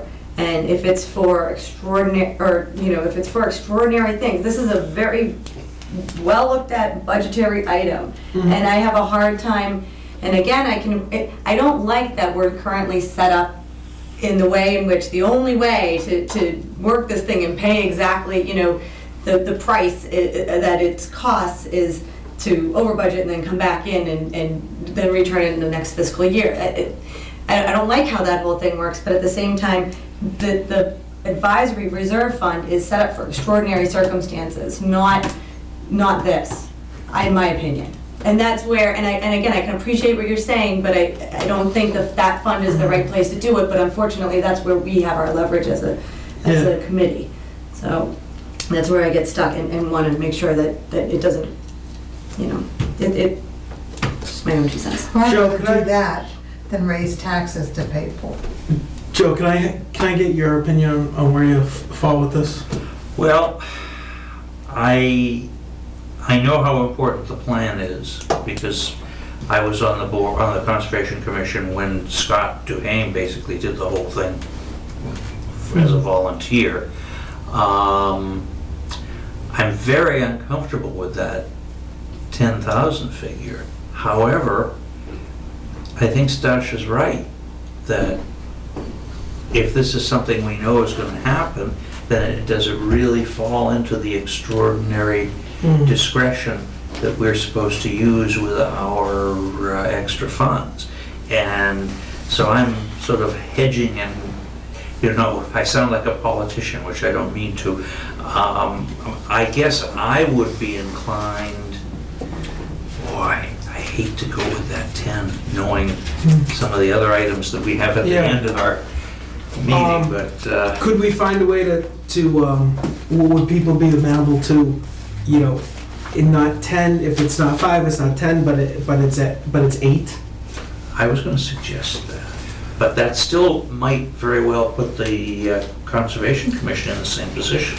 If you say we've got 8, but it's bid out at the lowest bid at 10, then you're still gonna have to come back, and we're still gonna have to use our discretionary funds. How fast could we get a bid? We have to do an RFP. RFP takes a while. Yeah, it does. Yeah. Not fast enough. I mean, running the scope of work. There are a couple of consultants that have done plans for all the towns around that would know how to turn an RFP around pretty quickly. Yeah, I think the consultants can turn it around pretty quick. It's just, we would have to get it out there with making sure we got all the stuff we wanted in it. I don't know, I mean, what's your deadline? I mean, you are advising, you're changing the numbers to go into the warrant, is that what you're trying to And do? you know what, our deadline's what, a couple weeks away? Never Never mind, I'm just trying to think outside the box, you know? Stasha, the rules don't prohibit us from doing it. I mean, it's a way to smartly manage. Bad practice, And yes. I'm not sure. Well, If the terminology here says Oh, have we? Okay. first progress payment, then we're authorizing the first progress payment. And the minutes will show that, you know, we have an understanding. Okay. that I'm just going on record. you've- I'm just going, educated I read the whole thing, the whole DOR, you know, Yeah. the Yeah. good practices for Right, I don't know. municipal finance, and it's in there.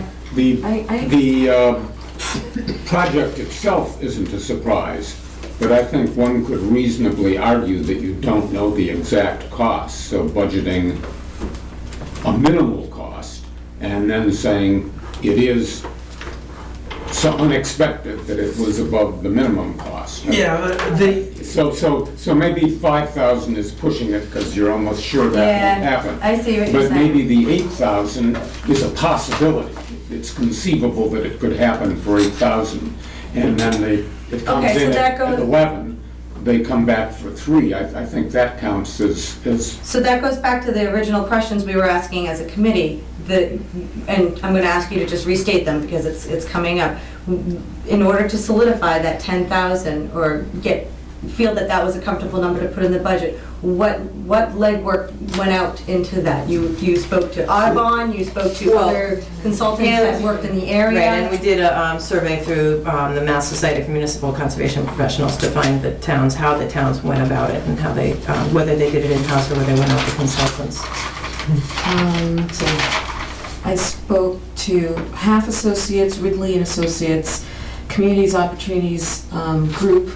The last one did Merrimack, Westford, Clinton. The second, Ridley and Associates, did Barnstable.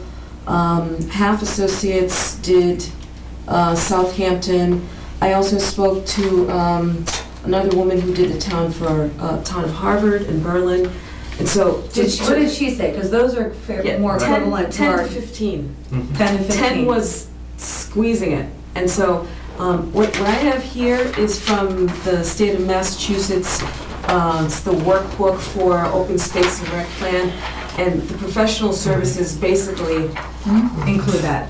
They basically take a town through all of this over a course of a year, gathering information, talking to the town, helping the commission put together this plan. And so there is a group of volunteers who are part of the commission, but this professional service brings in all the voices, and you know, they've done this for so many towns, they know how to do it. So I feel like if we put in 8, you probably definitely be coming back for more. That's, I Right. mean. It's that way, yeah, from everything we've heard, Yeah. yes. Yeah, you know, and it's easier for us to handle if it's 4 more, 3 or 4 more. than if it's 7 more. So I say bring it down to 8, and then when you do have an amount, or come back, let us know. We put it in as 8, and we assume that it's gonna be more.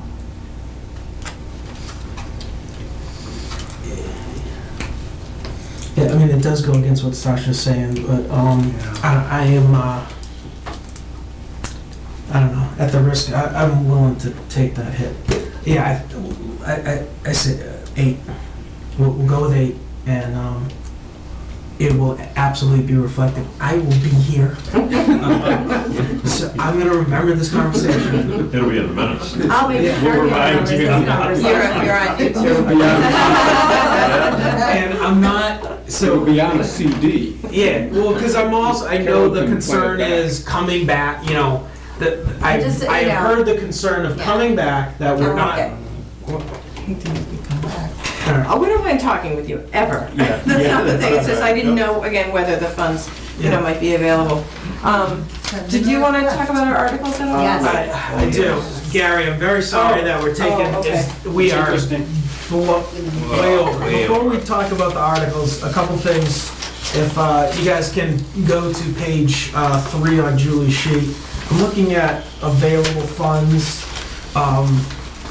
You guys have, back in 2009, there was a article, Fifeshire Dam Phase 2.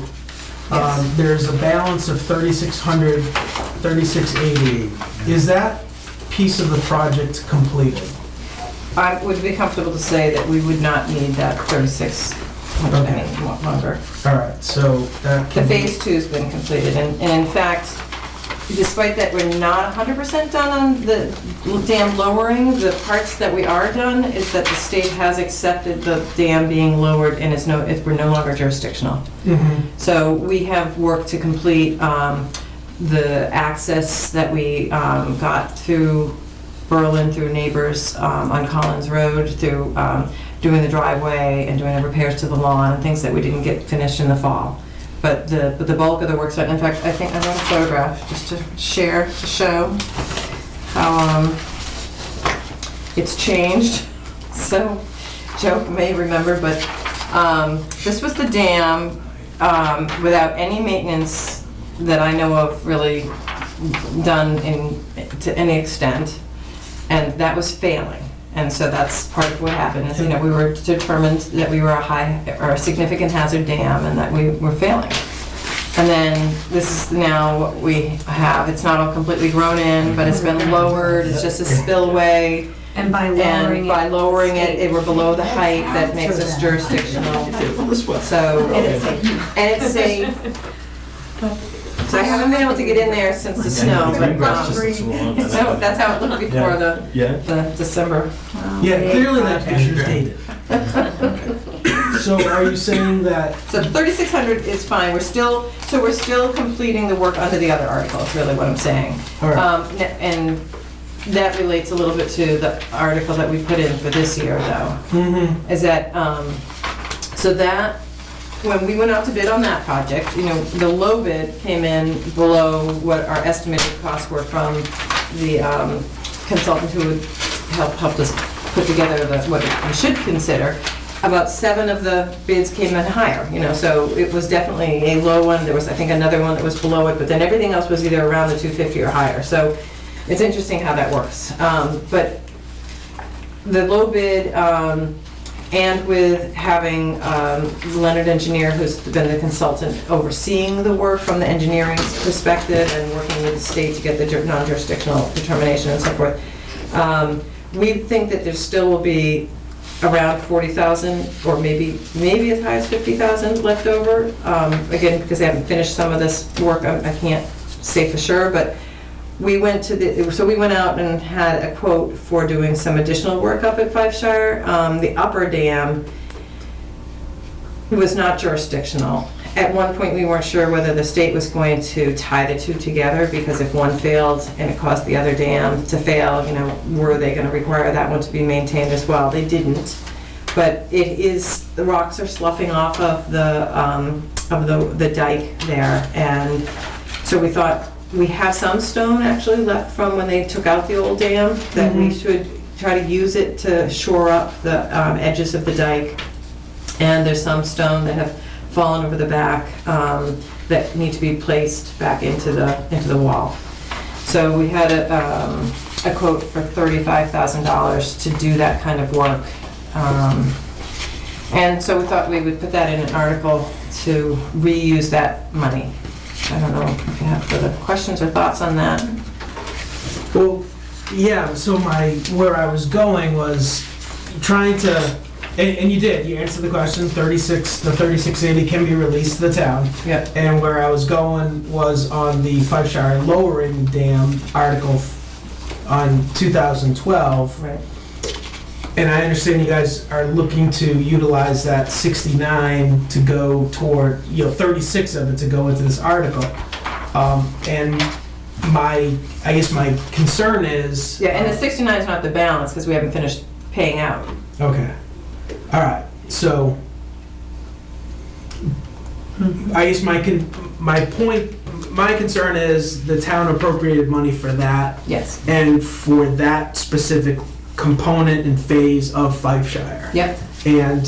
And I would, And that's why we put it as an article, to go back to the town. They're gonna have to tell us again that that's what they wanna do with that money. Right, and if they don't, right, then that, Then what that happens? dike will That continue to comes back fail, to- like the other dam did. Is that what The happens? town has to put some money into its infrastructure, and that's the thing, it's like the dams are infrastructure, and they do fail. And these are some, like the culverts, some of the stuff is, hundreds of years old in the town, and in fact, that was a button factory dam, it's, the whole area is like historical, as well. So you've got these things that we have to take care of. We can't just let them completely deteriorate. Is that, So- are you gonna be there to do that presentation? We haven't discussed who's doing it. I'm always at town meeting, even though it's on the same night as Stowe Town meeting. I was gonna say, how does that work for you? Anyway, but sometimes I get out early if we don't have anything. But usually one of the commission members does the presentation, but I'm not there for back. So there will be something showing pictures of the upper dam and kind of the state of affairs and things like that. Right. I'm Okay. not, I have some pictures for you if anybody wants to sort of see. They're a little bit hard because it is in the snow, but, so it's a dike that goes across, there's a little bridge. If you go in from Wattaquatic Hill Road, it's the very first pond. commission sponsored this, so it's probably this one. That's one. you guys, any other questions? One of the conservation commission. So the expectation on the Five Shire the lower part, that should be completed once the winter's over? Yes, the consultants are getting in touch with our contractor again to see what his schedule's gonna be. So we're trying to get that all completed. And forgive me, is this, it's going to be completed in this calendar year or Right, this I'm fiscal pretty sure year? it should be completed by the end of May. I think that's the date that we The put end of out May, there. okay, so this fiscal year.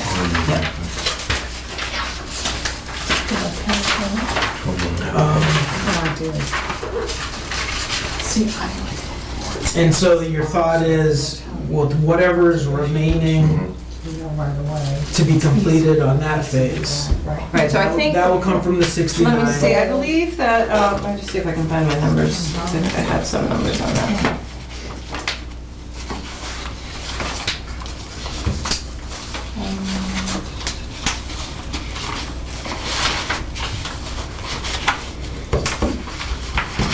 Sorry, Gary.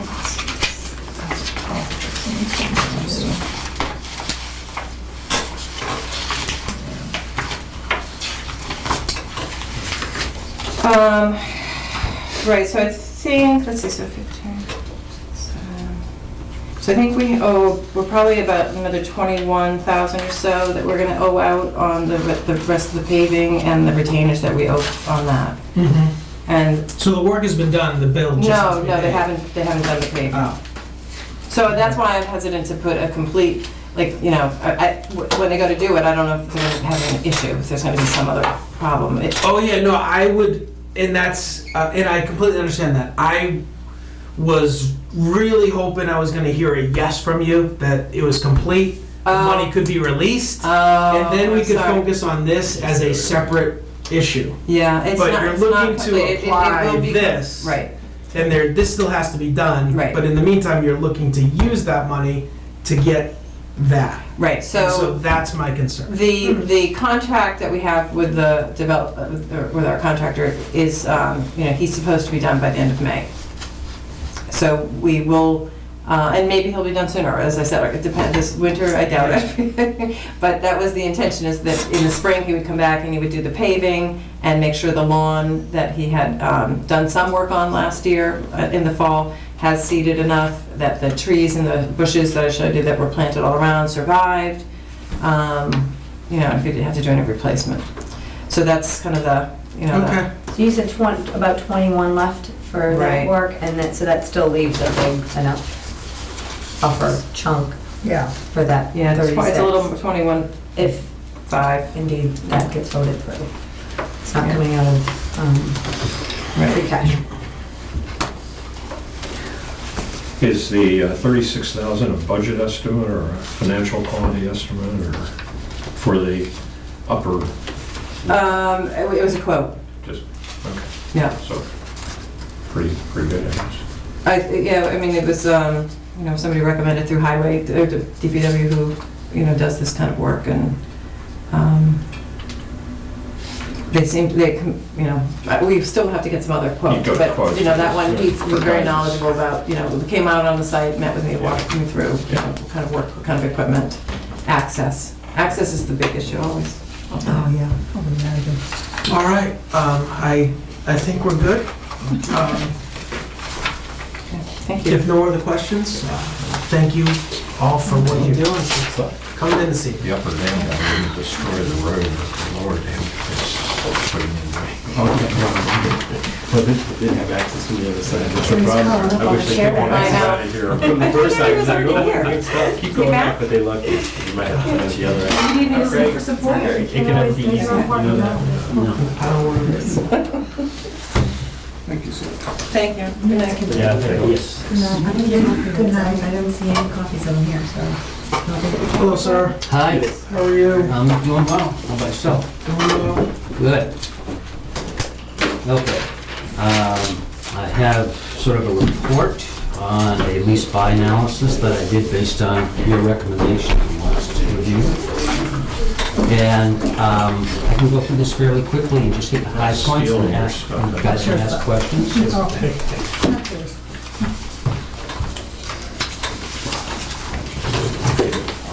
Okay, so at Brad's recommendation last time, he had told me about some leasing options, and he knew a few situations where you could get a PC for $50 a month under lease.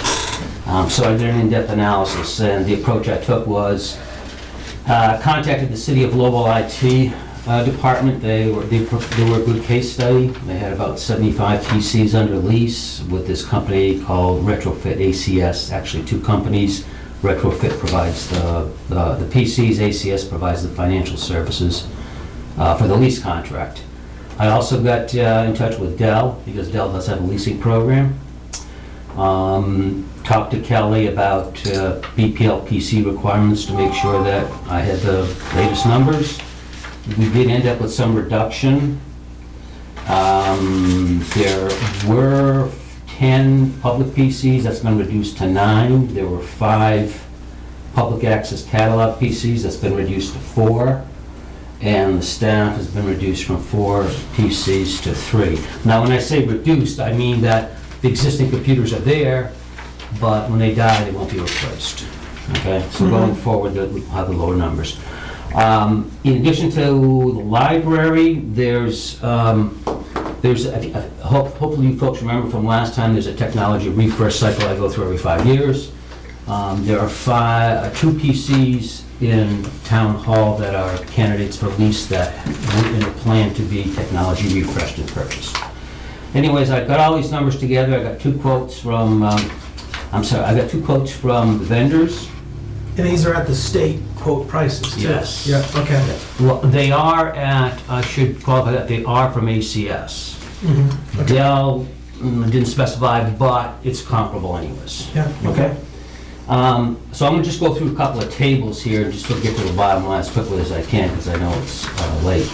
The first page, this table is just a layout of how I had intended to purchase PCs over the next 5 fiscal years. So the first 2 lines are the buy lines. That's an option where I would continue my prior policy of buying and doing a technology refresh every 5 years. That's all purchase then. With the library, we have, if you may recall from last discussion, we have like 20 PCs that need technology refresh, and that would have been horrendous, et cetera. So I split them out over the next 5 years. The problem with that is the risk of out-of-warranty repairs. Anyways, looked at lease options, and the lease options I have are 4-year and 5-year. The real one that we want to look at is the 5-year lease program.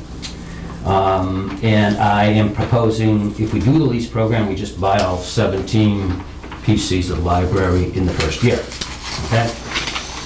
Next page, there's a little chart there that talks about sort of the average price per PC per month. And I have 4 different configurations of PC depending upon requirements, etc. But you can see they range all over the place. The interesting trends are the longer the lease, the lower the monthly price. And the lowest price we get is like $14.77, $14.78 per month per PC. Then what I did was I took all these numbers and factored in these numbers to the proposed purchase plan, as well as proposed lease plan. And that last table on the second page describes the results. So if you see for fiscal year 16, for example, purchasing 7 PCs would cost $7,258. You go to the bottom of the table, you see leasing 2 PCs plus the 17 PCs for the library would be $3,801 for that year. And then, of course, we would continue to carry that forward as the lease. These are annual payments on leases. So the bottom line with all this is that the best deal financially is a lease with ACS, a retrofit ACS for 5 years, and the net result after 5 years, the net cost of the town would be $25,331. Instead of, if I had purchased that over 5 years, if I had gone through my 5-year purchase plan, it would have been $31,679. What was Okay? that number, 31,679? Yep. But help me understand why the decision to, once you start looking at lease, why are you moving to accelerate everything all in 17 in 1 year? Help me understand. Well, one of the big issues was that most of those 17, all those 17 are out of warranty now. And if we don't do that, then we stand the risk of increased out of warranty repairs. And, more time, more support required from me. But you were willing to roll the dice. I was willing to roll the dice on the others, but And you still are if we go with a buy. I am, but that buy plan is, I looked at all 20 PCs and I strategically looked at what's most important to operations, that those come in first year. And then I kind of, put some thought into, and low risk analysis into trying to spread those out and giving priority to only the most important PCs, okay? I could do the same thing here, but I guess my only concern is we're gonna roll into that, big bubble 5 years from now, right? 5 years from now. But the price for the lease, Brad, will be stable. That lease price for those, 19 PCs in 5 years will still be approximately $3,801 or $4,000. And the only hit will be that there'll be 12 or 20 PCs that I have to set up and migrate. So there's a little bit of an extra cost for my support, but I'm I had to do that at some point in time. Oh, yeah, no, I get that. Now, I just, So when I one like. goes bad, you just, they'll Well, replace it. no, I mean, you know what I mean? clearly the numbers support the lease. I mean, Yeah. this is Yeah. like this is a great analysis, the way you laid it all out, Gary, I love it. But I also really liked your idea of the Risk. phase, Yeah. right? Of the, there's just a constant in motion, right? And so now we're gonna have this bubble and then nothing, which is great, but we're gonna have another bubble 5 years. So But- I like the smooth line. Yeah, but the bubble is only the delivery of new PCs and packing up the old PCs and sending them off. That's Okay. all it is. All right. You know? I actually thought about that approach as well, but I'd end up with a contract starting, a new contract for lease starting every year. And there's some administrative headaches Yeah, associated with that, et cetera. So let me ask you this, so moving away from the environment that you've been used to, the buy concept, Yep. and moving to this lease world, Yep. are you concerned? Are you, tell me what, No, as I'm not, as just a numbers guy? and- I am and not, I'm knowing actually, nothing. I was pleasantly surprised with the results. Yeah, Yeah, it was an eye-opener. So I like this. It doesn't really change my job at all. I'm still dealing with Dell. If there's a problem with the computers, I get called, and et cetera, and then I do initial analysis, then I get Dell involved, et cetera. So it's all the same kind of stuff. all right. The nice thing about it is that this lump every 4 or 5 years is something I just think about in order and deal with once every 4 or 5 years, and then I don't have to worry about it. So I'm kind of looking forward to it. I think it's a positive. I think it'll be a good. And a the good town is going to get, so just to be clear, I think I know the answer, but I just want to make sure everyone has the benefit, and even people, that will be impacted by this. Regardless of the buy or the lease, the town is going to get what they need, and from a software standpoint and upgrades and all that, they're not, by entertaining this lease world, Yeah, the town isn't losing out on anything other than saving money. that's correct. All right. Okay, I want to clarify one thing here, though, okay? This lease is for not 100% of the computers we have. I've excluded the servers, and I've excluded some specialty items, okay? Yep. And I may end up leasing the servers, I just don't know at this point in time. All right? And also, there is a little bit of staging because we have maybe a half a dozen or 10 computers that are still under warranty. I don't want to put those on lease until they expire. Exactly. Okay? Yep, So there'll still be a little staggered thing.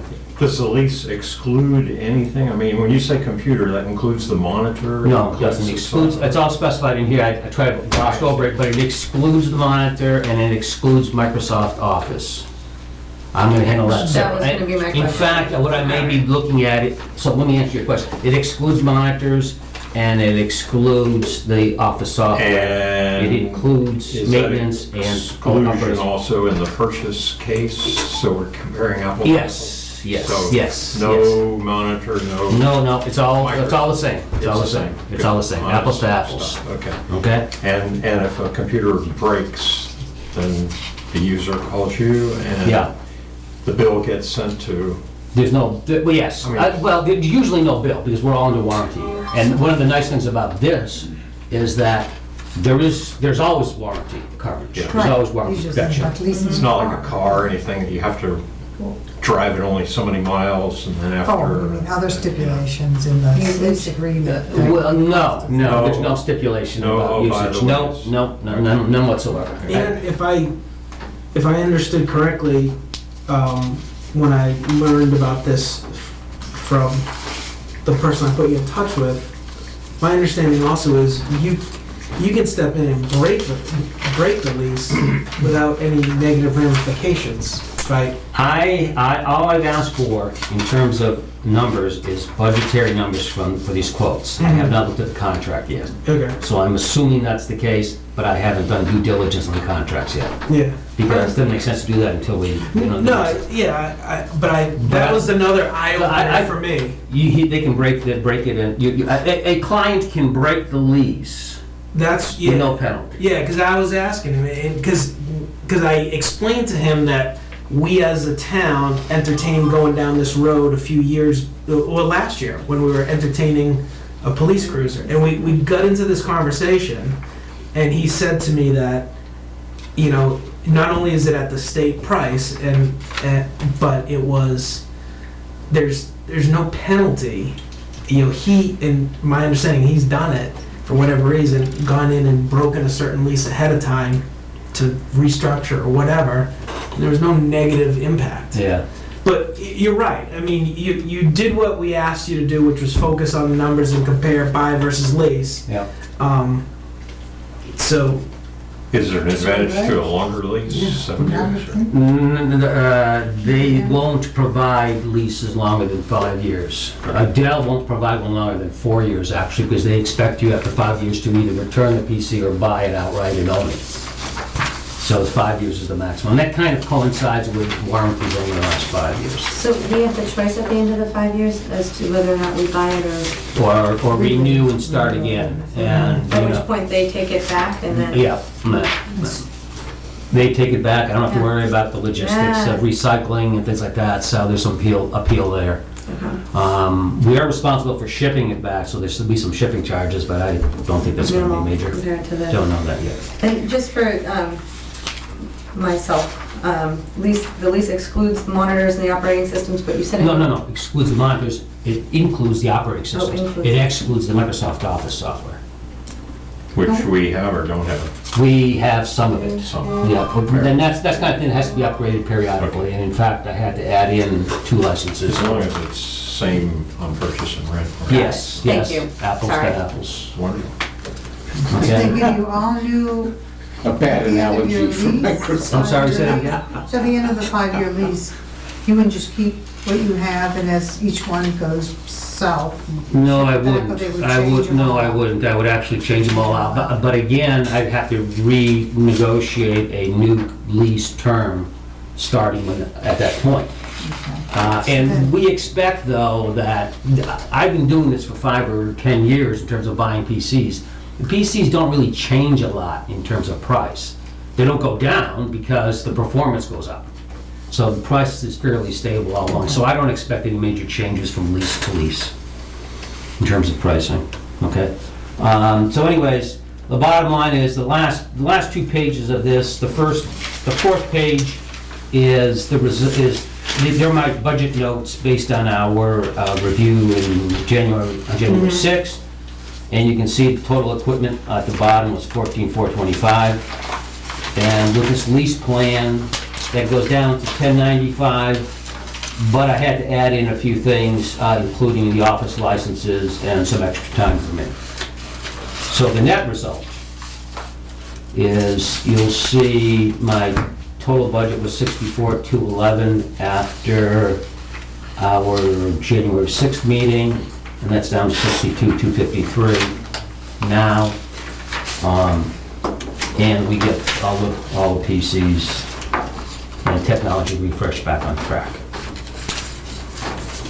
All right, well, it's an awful lot of work for $2,900. I know it is. I greatly... That's great. Yeah, that's true. Yeah. Well, that's in 2,900 now. If we continue to look at this, you know, the servers, for example, might benefit from this, and who knows what else. So. Good stuff. Completely agree. From my understanding, I mean, he's everything. Good. So, that's it. I mean, are you guys okay with this updated? Oh, I probably did see your stuff. Absolutely. all right.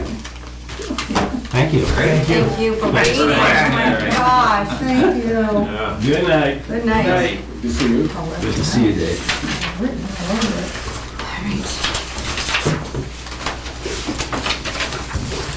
Okay. What's up, guys? Nothing, we're just making sure we, She's keeping me honest. I'm No, we're this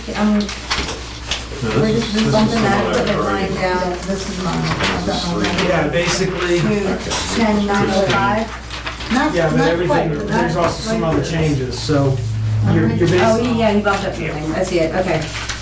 so, To compensate. yeah. All right, good. No, thanks for mentioning that. So, Okay. So, we move on to advisory committee business. What we're gonna talk about is the overspend of another 70. My thought is we try and, take a look at some of the warrant articles this evening and go from there. So what I thought I would do first, guys, is if we go to Julie's sheet and you take a look on page 2, let's start up at the top. If you go in the third line down, new growth, you can see that's at 150. Last week's sheet, that was at 100. There's a placeholder, And that's the override, Ted, that replace, yeah. So the new growth, so if, I know Connie and Stasha will remember this, last year we met with the assessors before we really kicked off the budget season, and attempted to do that this year, and it never worked out, and so I'll take the hit on that. It was really me, new to this seat, and just really not being able to coordinate with the assessors and Jeff, and then, quite frankly, missing the mark when they were here in January talking to them. But the bottom line is, if you take a look at that new growth number and looking at the past actuals, with it being at 100 last week, it is exceptionally low. My understanding is there's been some communication. You can see it's been moved to 150. I have a phone call into Jeff to talk to him to see about that. I'm also more than likely, depending upon how things go, gonna ask that he come back in here with the assessors next week. But at the same time, I know, so what is that? That's the 17th. I heard from Dawn and Linda, I believe the assessors are gonna be at the selectmen's meeting on the 19th, and this is gonna be one of the topics. So, I'm hesitant to hit them twice to make them come in, Well, what's the context for them in the selectmen's meeting? The context is to look at that number on a more realistic number on, potentially looking closer into the 2s or even maybe closer to 3. So likely they have the number on Tuesday and they could whisper in your ear. I don't, it's really up to them. I mean, we don't have to have them come in. We can learn the number without them being here. Yeah, sure, yeah. And so the bottom line is that is one area that if that number goes up, it's going to help out.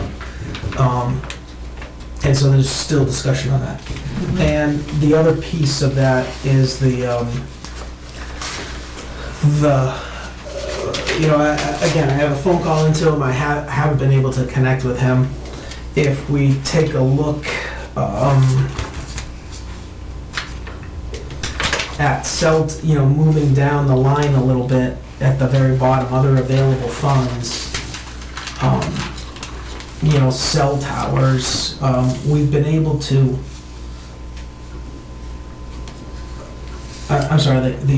we've been able to, get a number from them and pull some numbers. So I'm looking at having a conversation with him on that. The next piece is ambulance receipts. All right, so you can see ambulance receipts reserved is at 25. So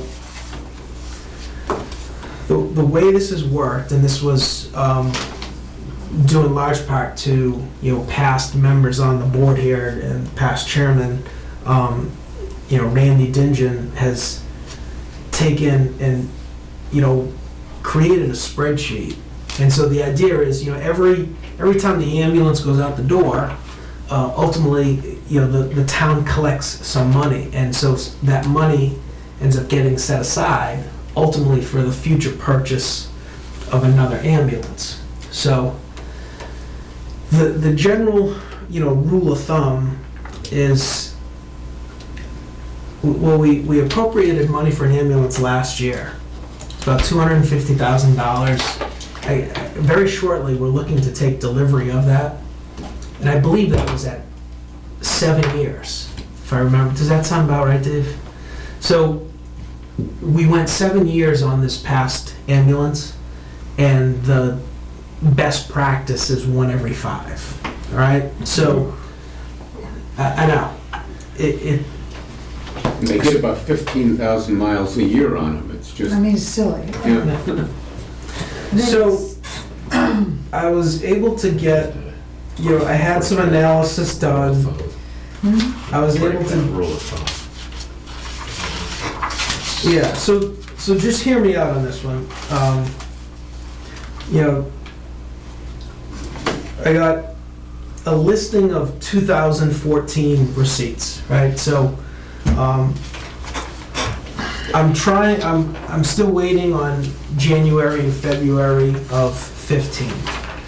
But adding up 2014 receipts and taking an average of that, it comes out to a little over 10,000 a month. So you take that 10,000 a month, blow it out over the course of the next 5 years, with the assumption that, and this is a big number, that 5 years from now, that $250,000 ambulance is going to cost $350,000, right? There's no, I don't know what it's going to cost. No doubt it's not going to be $250,000, right? And then knowing we've been pulling from that every year, I mean, conservatively, we can take that 25 and move it to 50. All right, so 10,000 a month from 2015 to 2019, which is the average of 2014. So the ambulance essentially generated $10,000 a month over the course of 2014. Yeah, so that's $600,000 Yeah. for 5 years. Exactly. Yes. And we're going to need, so again, the assumption is we need $350 5 years from now, So right? that leaves 50 a year for 50 the a next year. 5 years. So conservatively, we can take that 25 here and move it to 50. Are you guys okay with that?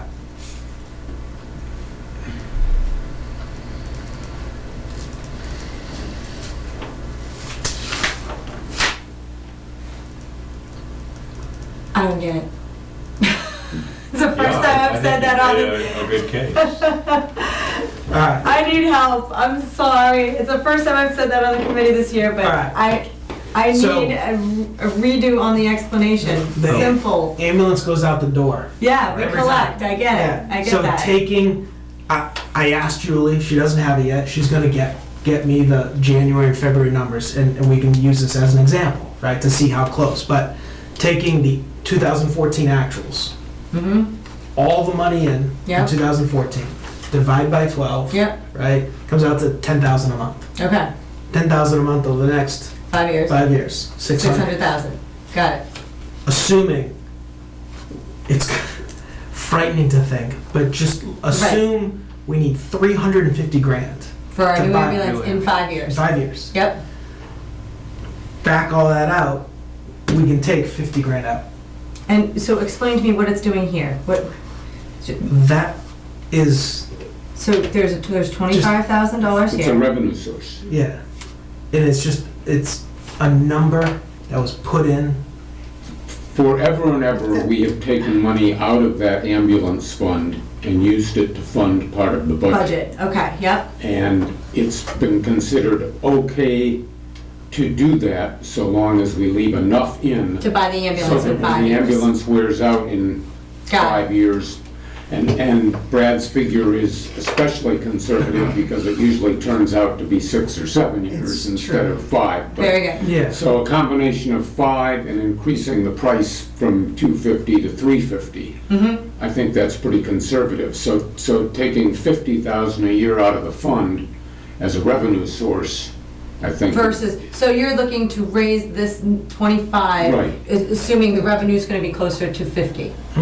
Well, assuming the revenue is going to be 120. And then Yeah. that it's And you're- safer to you're take that saving- 50 out of that You're much. saving 60,000. I follow. Yeah. Got it, yes, I'm good, thank you. Brad, I'm okay with all the math, Yeah. but the original 10,000 a month, I thought we charged a low amount and, you know, the insurance company paid for it. I mean, if you have 30 days in a month, that's $300 a day we're charging. I mean, does it? If the ambulance goes out, it's $800. Is it 800? Well, it may be more than that now. I was the Okay, recipient I of didn't have ambulance that. services. My wife was recipient of this. And the bill was We don't need $800. to laugh. Okay, I didn't have that number in my It was the mind. perfect And delivery. that was 3-4 years ago, so it could well be higher. Well, so, yeah, so the other thing that may be throwing you, Man, Ted, is, Drive yourself. Yeah, 800 will be enough to get Yeah, an the Clinton. ambulance, all right. yeah, so the other thing is, if you turn over to the top of page 3, right, I mean, so this is it, I was working off of this number, Julie sheet from last week, the Julie sheet that we had last week from 3/3, it was showing balances as of 9/30, so this has been updated. If we take a look at ambulance Oh, there it receipts is. reserve, there's, You've already got there- 82 there's in already there's already 82 in there, Mhm. right? That's- So, Thank you, that Still helps. just- I just didn't understand how the money was What's moving, left? like, Yeah. yeah. yeah, and then, again, I asked and she provided the actuals from January through December, and, I mean, there's a No, high I'm of with you. 14 and change. I'm with you. Okay, Yeah. So that's that 82.6 is from July good. through the end of December, yeah. July 1 through, So December 6 31st. months. Mhm. So there's Okay. another 6 months that's not accounted for yet. And so your 10,000 is low, actually. You were worried about that. No, I believe. All right, yeah, I believe. totally good with that. Thank you. Unbelievable, almost, but it's a lot. all right. A lot of people crack. And I 95, I will say, I give, huge amount of kudos to Randy Digin on helping me with that. I guess. Yeah, Randy did a good job on that whole financing of the ambulance. Yeah, and you're right, Dave, 5, I can't imagine what is gonna happen in this world to go from 250 to 350 in the course of 5 years. Yeah, and again, we went 7, and I know that the last year it was a stretch, because there was definitely some, breakdowns and all that stuff, but, will it be 5? Let's hope we can push it to 6. So, again, I think the math is very conservative. There's no chance some consultant would say we need 2 ambulances. Don't go there. And we're not saving the old one either. We sort of went through that Well, we last need year. to- Don't do that. And wanted to- But you know what, I wish we could do this with more things like this, because I love this idea of forward planning. We know there's gonna be a capital expense out there Yeah. in umpteen many years, and so we're planning for it now, I love that. So, yeah, and this is, it's that stuff that, been working on over this past week. I mean, so now if we move to page 3, the bottom, available funds. So you guys just, saw tonight that when talking with Carol, she said the 3680 was done. So that can be released. So that is going to go back. I To the spoke, general fund? yeah, I spoke with Harold. So before we go any further, I've also updated the sheet that I provided you guys last week. It's in the flurry of paperwork that's in front of you.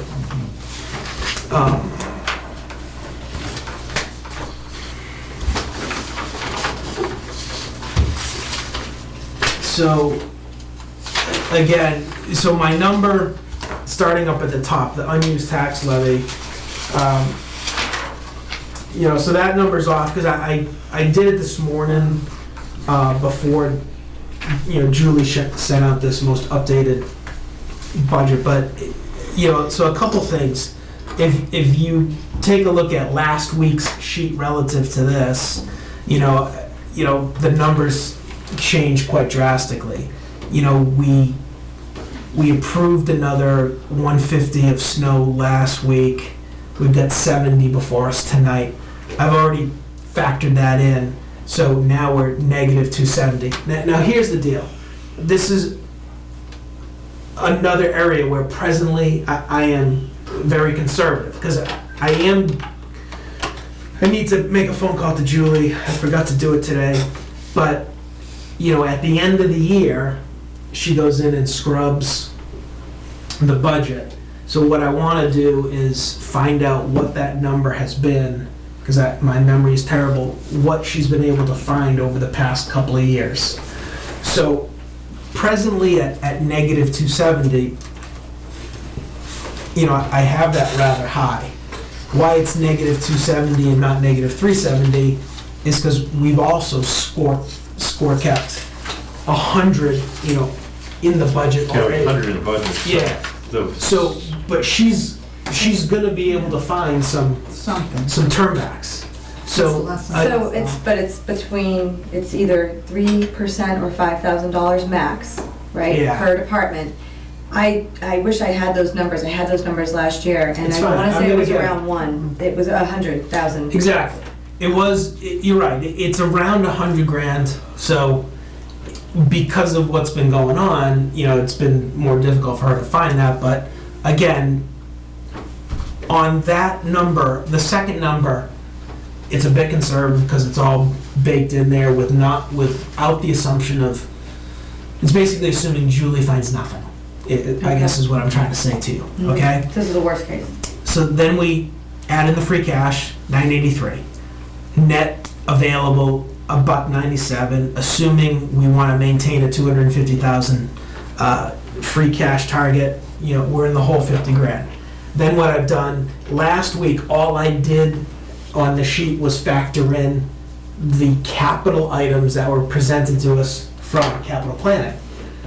This week, I went in and I went through the warrant and added in all of the other warrant articles that are essentially asking for money. And the fact of the matter is, guys, we have got to make the assumption, regardless of whether free cash is used or money is appropriated by way of borrowing, the fact of the matter is we have to sit here and assume the town is going to say yes to every single one of these things. Oh, yeah? David? If you propose that some of these things are done with borrowings, then they don't go into the tax rates. And the Wattaquatta Kill and Still River are sort of, my understanding was they were Larry's way of trying to force the town to vote to acquire 117, because these two go away, I'm sorry, the state to acquire 117. Those two go away if we acquire 117, but I was surprised in going through the articles, there's nothing about acquiring 117. No, I talked to Dawn, or rather, I sent Dawn an email when I got the draft, and he said the selectmen have not yet formally voted to put such an article in. But he also, well, he didn't say it, but he sort of implied, and I wasn't at the selectmen's meeting, that the reason those two budget items were, those two warrant articles were in there was to show the town how much it would cost the town if we don't Yeah. seed. And I didn't see it as forcing, but I did see it as like showing Larry the even bigger said picture. at the selectmen's Right, I meeting, wasn't was- there. yeah, Larry said, if the 117 sale to the state goes through, we would move to pass over these two articles. Right. So the selectmen, So, yeah. to answer your question, David, there's a placeholder right now, Article 6, Route 117 transfer, Mhm. but there's nothing in writing Nothing, yet yeah. because they're still Okay. figuring I it out. missed But I did that. watch that selectmen's Yeah. meeting, and I think the bigger point for people to take away from the order, if you will, in the warrant is that it's showing that those intersections are critical, there's been accidents there, they need to be addressed, and if DOT doesn't do it, we need to do it, people need to start understanding the cost to that. But I think given all the tentativeness of that, you should almost certainly do these with bands so that they don't get into the tax rate, since they may not get done at all. Absolutely. Yeah. Yeah, I think that So I makes think Be safe.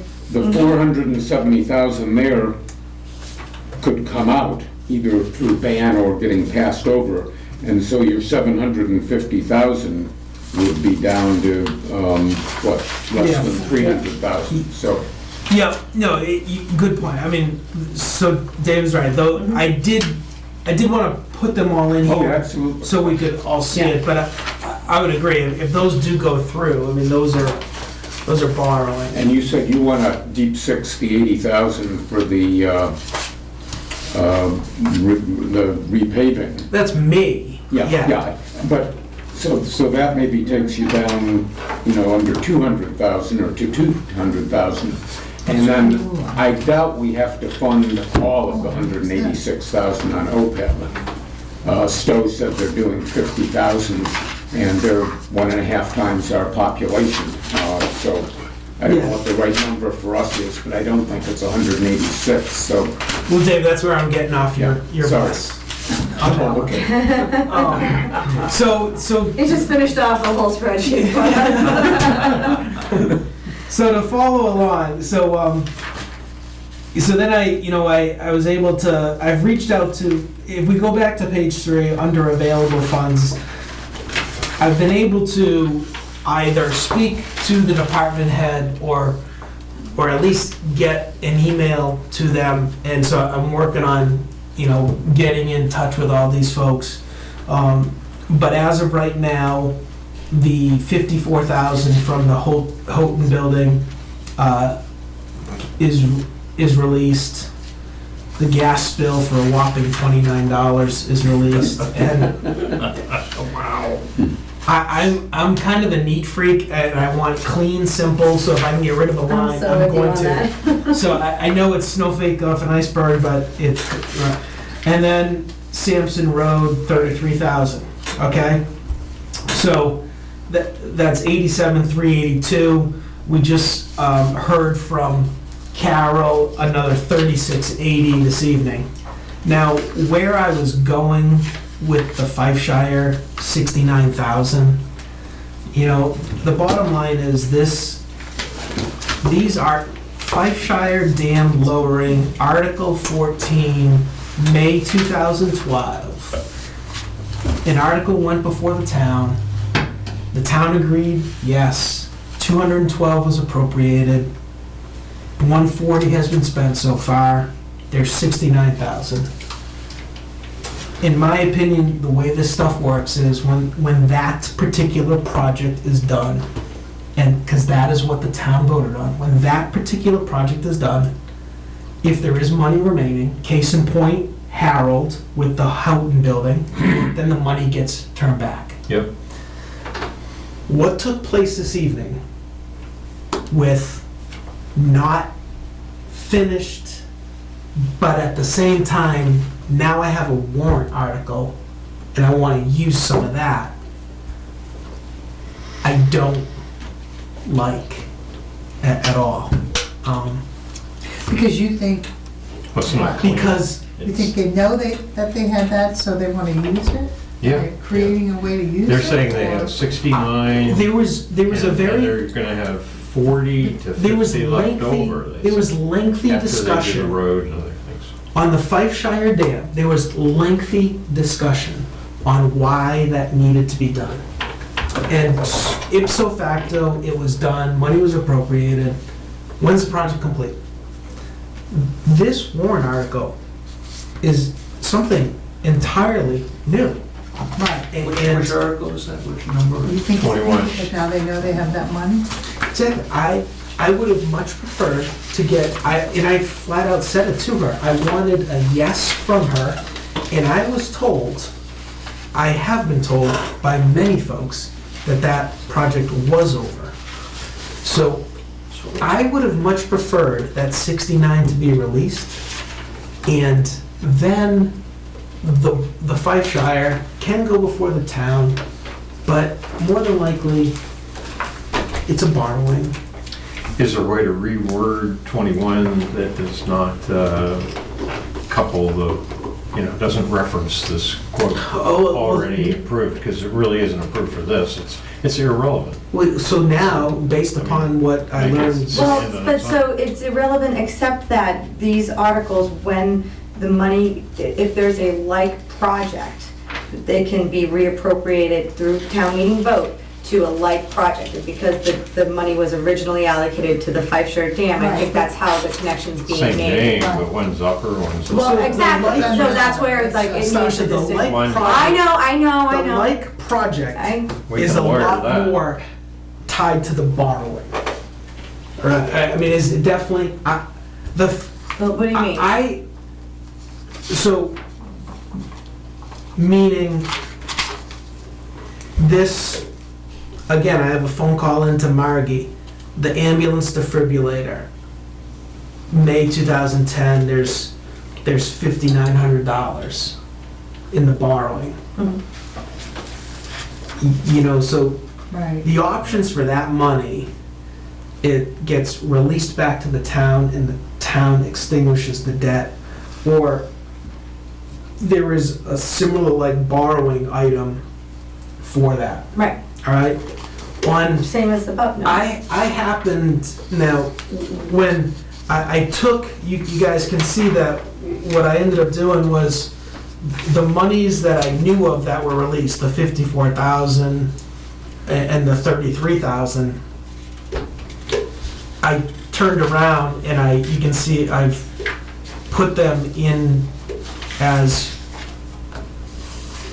subtraction. So case in point, the 33,000 of the Sampson Road, 25,000 I say goes to the engineering study for Wilder Road. So that's a push, right? But then it was for 33,000, so there's another 8,000 coming from Sampson that could be applied to the Berlin culvert. I tied them to like projects, Sasha, but the fact of the matter is, Houghton isn't though. the fact of the matter, it doesn't have to be. Oh, it doesn't, okay. Houghton could turn around, I just took a first stab here. The Okay. fact of the matter is, we could say, oh yeah, hey, the Houghton building, let's apply it to the fire portable radios. Okay. That- Okay, no, Yeah, that's, nothing. so it was the borrowing that's where it's really It's the tied. borrowing. Thank you. Pagers and radios. What's the difference between a pager and a radio? It's the same thing, it's 45 grand. No, but Terminology. we did pagers here, and he's saying we need more. Yeah, that was in Pagers 11. and radio. Yeah. So I don't get it. And then. A pager you know, usually is just a digital number. That's the call. ambulance, So and the a lot fire- of money in the last, Yeah, it might page and say you have a I think fire. that's what it's for, the Right. volunteer firemen have money. It's something. Yeah. Does that Totally make sense, different than Connie? with the Yeah, they're radio. totally No, different things, Completely Yeah. different. Yeah, mechanisms or. Yeah.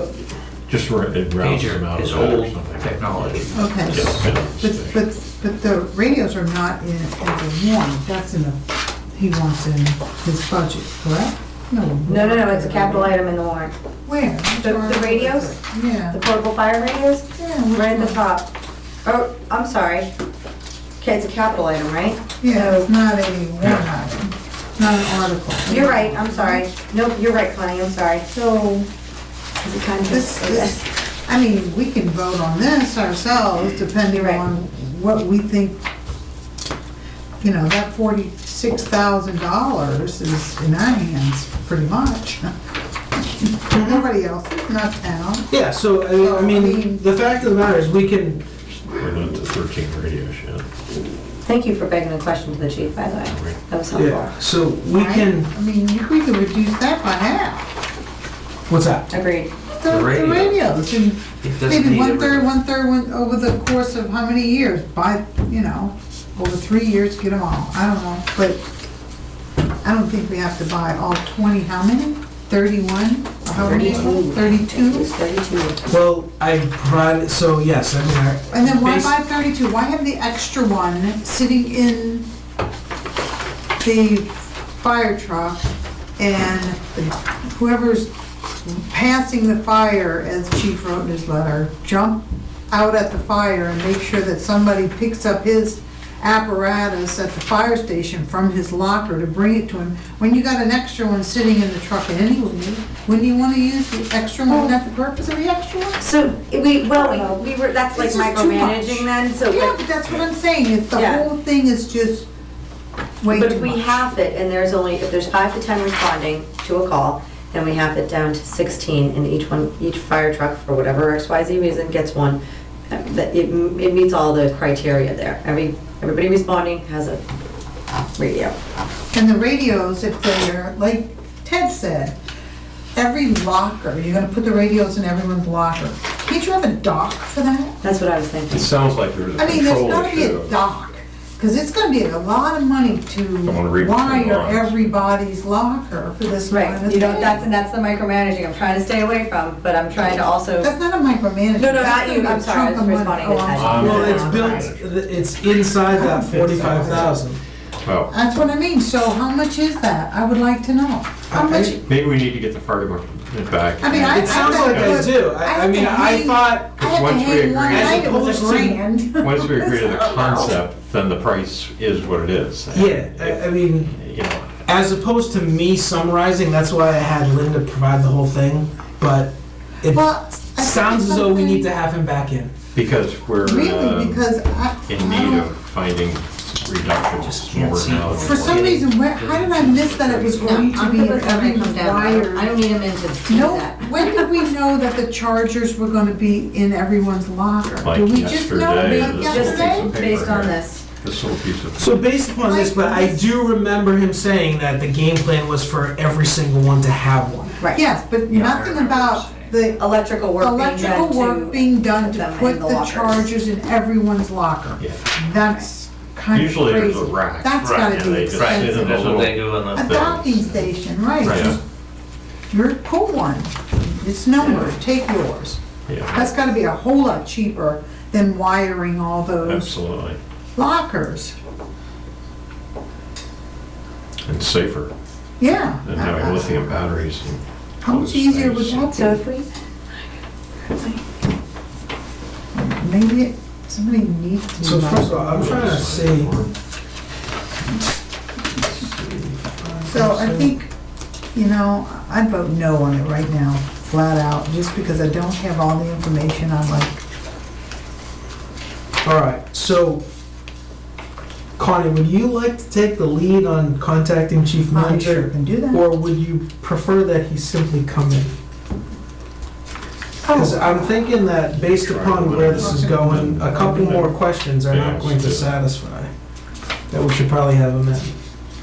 That's up to you, I'll do either. But you know what? The benefit of being on TV for everyone to hear would be maybe Okay. a better thing, since Yeah. So I'm trying to also, I don't let him be. see the radios. They're not in, It was they're on not an his, article.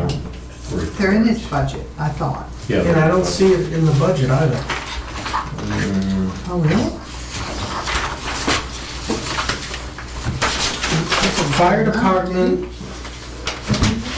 Fire department, 220. I'm looking for the radios. I don't see it as a warrant article. just a capital request? But it's not in the budget either? But like, as an emergency, like in a, No, I'm, I see what you're saying, it's, okay. It's not a budget Right, item. It's not a budget item, It's right, not- No, it's not a budget item. It's nothing. So we I can get it. ignore it. alright, for the time being, I'll follow up with Dawn. Thank you. No, don't say anything. Shh. I'm joking. If your house burns down. Yeah, you better, she's, Oh, come on, we need a little levity.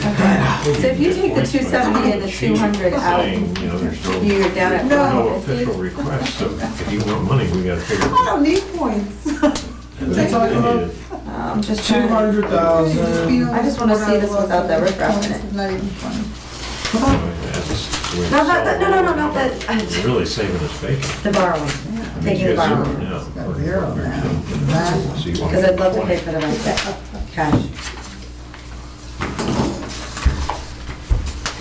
He's making a request for So, capital improvement. that would be, I'm taking the 5-star out. I'm taking 36,000 out for that, and then another 8,000. So I'm back, so I just subtracted out Aquatic, Still River, Town Hall parking lights, and repairs to 5-star. That comes out to 514. So,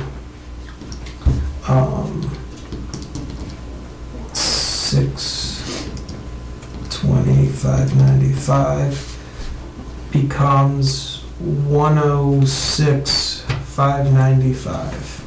620, 595 becomes 106, 595. I'm a little surprised at the town hall parking lights coming out. Why'd you I take was that too. out? Yeah, and go back over what you took Because out. there's nothing on the, there's no funding mechanism. Isn't it a warrant article? It is. It is. It's a warrant article. So is Aquatic. You just, Well, you guys So are saying it's a take study, it? I get It's you. a, be used, You don't think it's gonna fly. You just said we have to assume. No, it's gonna be borrowing instead of. Yeah, I just said it's oh, borrowed. okay, That's do what it with you the do. band. Oh, Yeah, oh, yeah. I- Yeah. oh, I thought you were assuming it was. Just No, because no. it's not I know. part of the equation at all. You need to talk to us, Brad, don't start You throwing just- numbers I around. knew what Brett was saying. You just told me to take the riffraff. You're awesome, you're awesome, I'm sorry. So I just, Yeah, okay. so 620, 595 goes to 106, 595. My 2 cents on that, just so you know, is I was taking out the big things, and I'm trying to still fund the smaller things with free cash. Although I don't know where it's coming from, but I'm just, Well, she might find some. in my perfect world, that's how it would go down. And I think we can certainly do something with this Mechanic Street, well, we haven't got there yet. So the 700, 595, the second from the bottom, Yeah. adjusting for the minus of the riffraff, is 186, 595. And Go just, over the riffraff again. yeah, that was Aquatic, Still River, Town Hall, what did I miss? And repairs to the 5-shire. The last Or part. bands. And the radio, Yeah. right? Yeah. Did you take the radio? I didn't. Why not? I mean, we're gonna pay. All I'm, Well, what can we and I ask? really, so here's the deal, Anything. I really haven't taken anything out other than, at first I just added everything up to scorekeep it, and now I'm subtracting Bands. out the stuff Bands. as bands. Bands. Okay, so. And then you need to go back through and take out the real riffraff stuff. Well, his turn. He understands that kind of language. Got him moving on some numbers there. So now we are looking at 133, 151. 133. How did you get there? Is that taking the 80 out? I don't see how you get, Oh, yeah, I kept the 80 in for the time being, Dave. So what did you just do, half the radios? so Well, yeah, how did you get that? how did you get from 106, 595 to 130, 133. whatever? Yeah. 186. Oh, because I took the 106,595 Right. He and I added added the 80. I just kept it in for the time being. Okay. All right. 80. So now it's 186, 595. Then Yes, sir. Yes. And then I went back up to the net available of negative 52,444. And plus the 186 comes out to 133. Oh, okay. I see.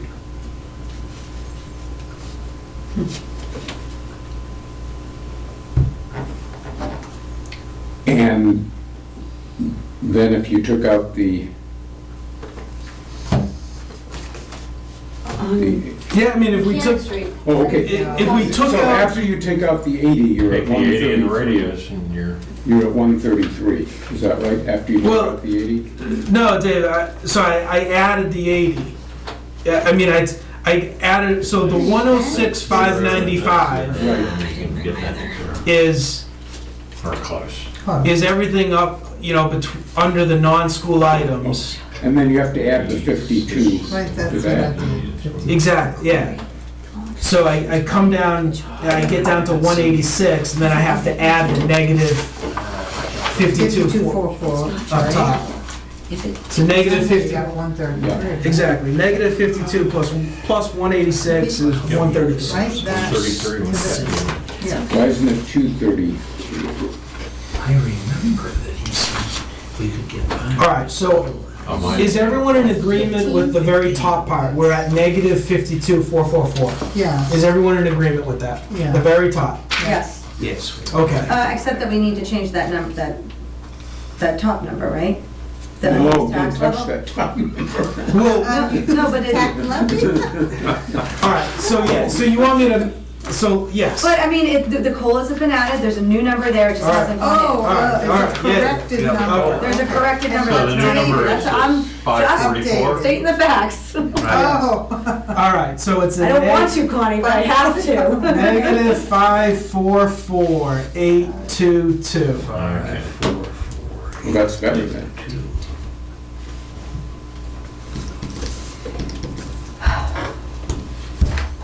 All right, and then, assuming we're gonna say yes to another 70 tonight, there's 270 on that. well, we have to. Mm-hmm. Plus, so now we're at, so right there, negative 814, and then plus 983, 879. Just give it to me. So we're at 169,057. Okay, All right.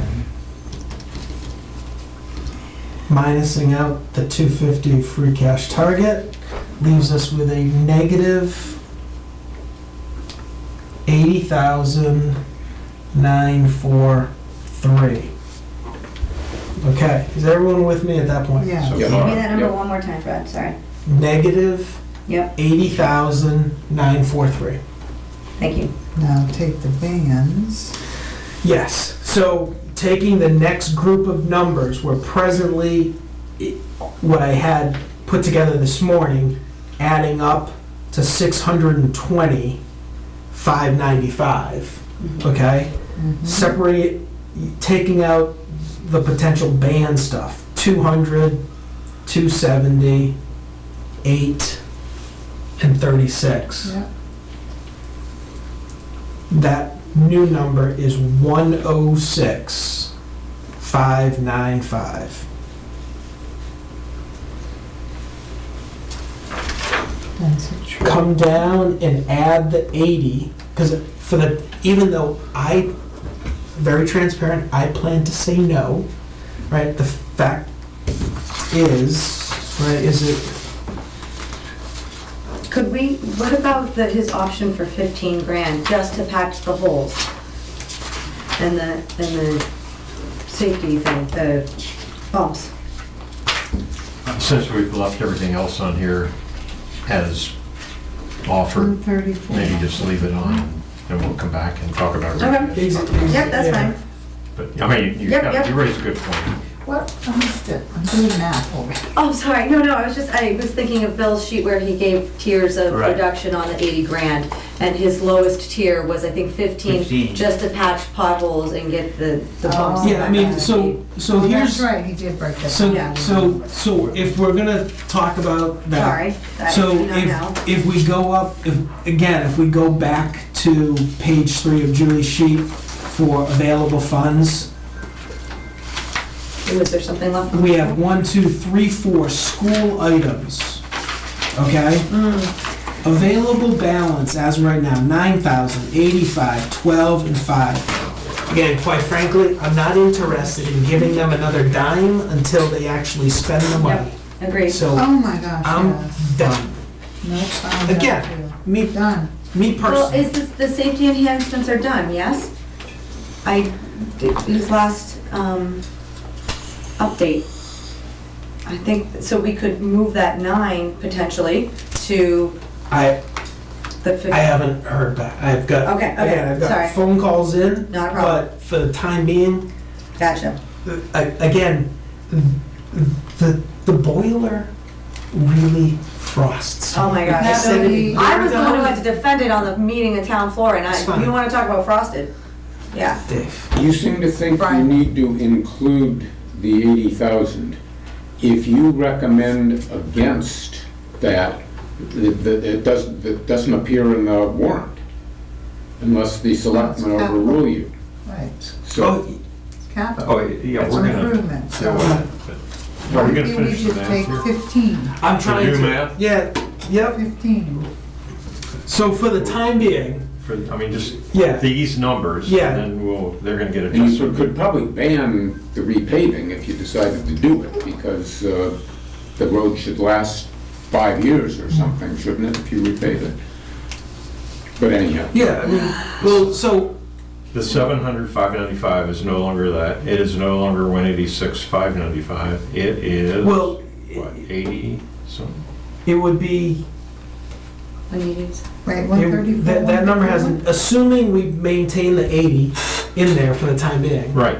Right, it would be 186, 106, 595. minus 5 to Well, what Plus about it- that minus 8943 at the top? Doesn't that come? Wait, we haven't gotten. Oh, we haven't gotten there yet. Yeah. Okay, the 186 stays, is there. Okay, I'm with you. Yeah. So 180.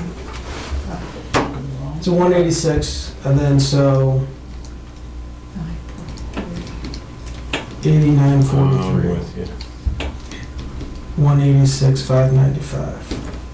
So 105, 652.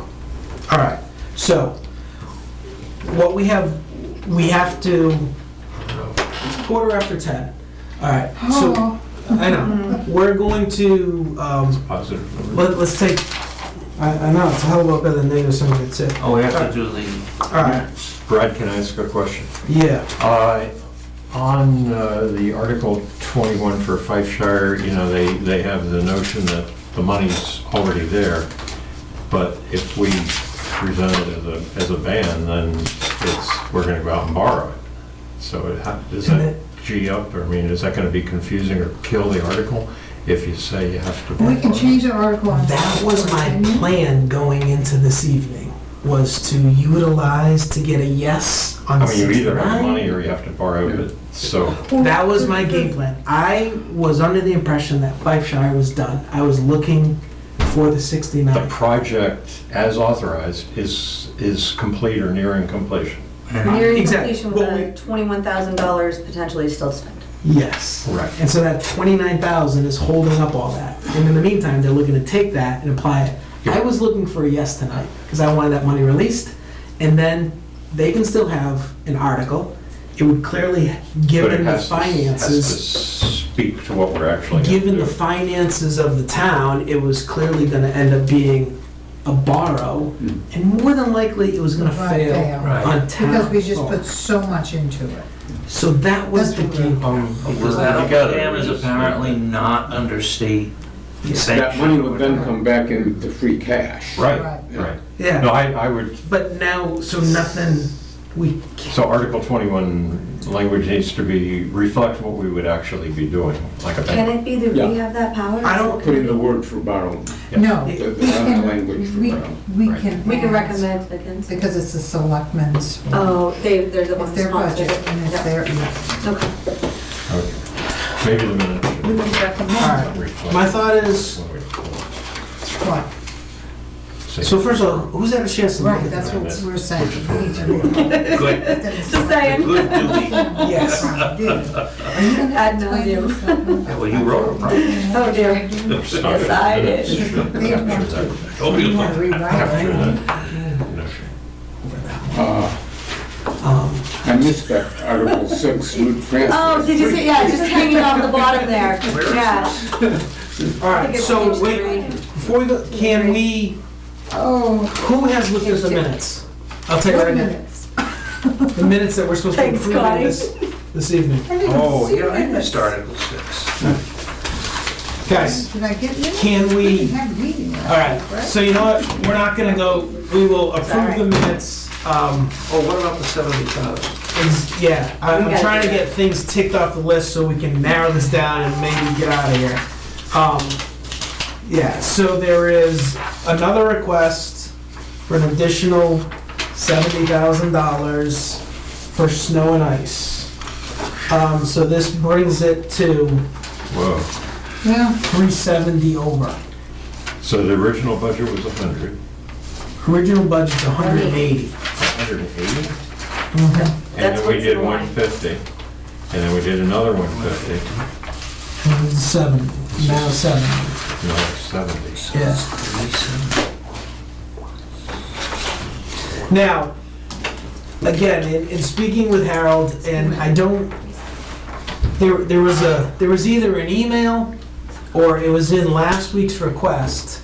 The state of Massachusetts has put in for relief from the feds.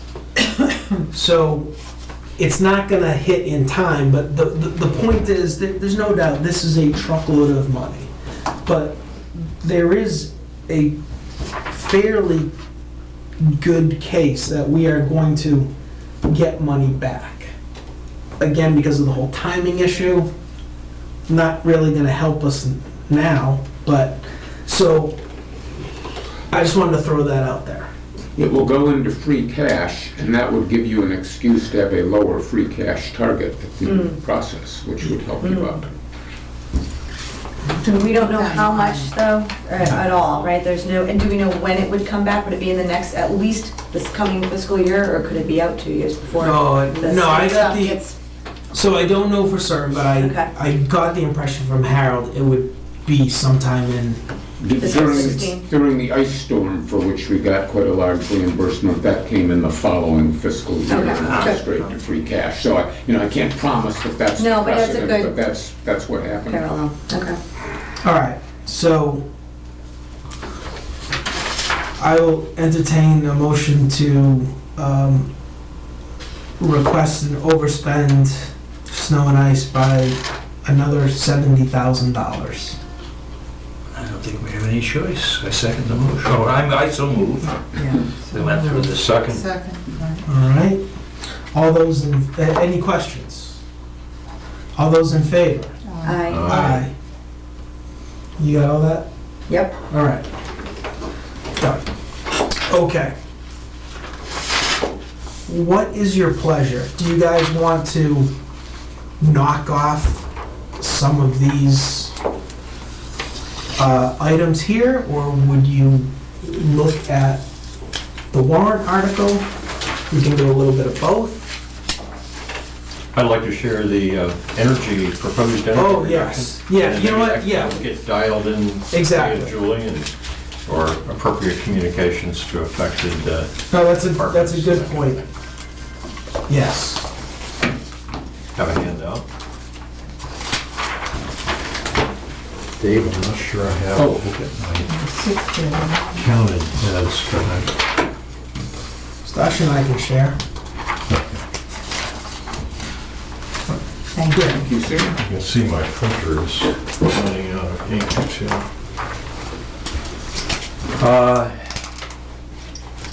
get my notes. Again, to recap, our objective here is to define very precisely fiscal year 2014 for boiler fuel, the actual gallons we use for the vehicles, the dollars we spent fiscal year 14, and then ratio those up to an appropriate number for fiscal year 2016 based on either a forecast that we got from Osterman and Peterson for the oil and the boilers, or from factors that we got from EIA. And let me give you just the big picture overview, and then we can go back and get in as much detail as you want. The third column from the, let's see, the fourth column, 1, 2, 3, 4, the fourth column from the right is if we take all the boiler fuel gallons in fiscal year 14 and we multiply by the fiscal year 16 price, which is under the word prices, under that P in the heading, that's fiscal year price estimate, and that came from Osterman for propane and from Peterson for oil. If we take the gallons, then we get the dollars in that 1, 2, 3, the fourth column over.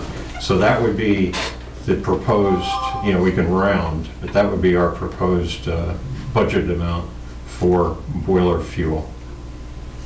And so it'd be $19,220 for the library, by example, that column. Then skipping down to, again, we can get in detail, but the big picture. Below that, you see a series of vehicles, and if they consume gasoline, the spend is under FY14 spend, which is pretty much under the EIA in the header. And if they use diesel, it's pretty much under the word data in that column, the spends for 2014. And then taking EIA data, which is on another page in this file or whatever, you multiply and you get the dollar amounts, the third column over. So by example, for the police department gasoline, the number would be $20,730. That would be, and they requested 24. And we would propose, or I would propose, the budget amounts be those in that third column over from the right. And the total impact of this is in this little box kind of in the middle. The heat fuels for FY14 actual were 127,000. So if we just straight lined across or something and said 127, and then the FY16 estimate is 98, so we're actually 28,681 lower than the FY14 actual. Not comparing it to what was requested, just FY14 actual, right in that box. Now, everything that, when I first presented this to you, was from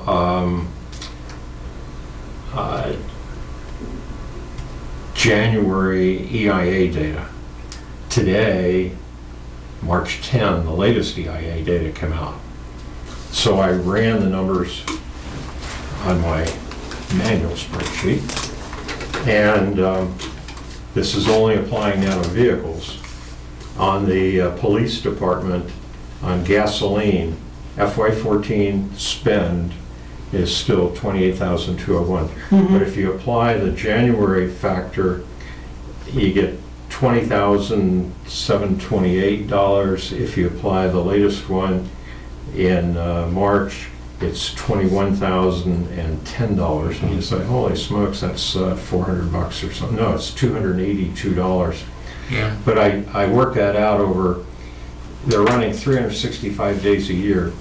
It's 5 days of cost. So What was your new EIA number for gas and diesel? the factor on January was 0.735. The factor today is 0.745. Frankly, I'm not worried. It's a little different.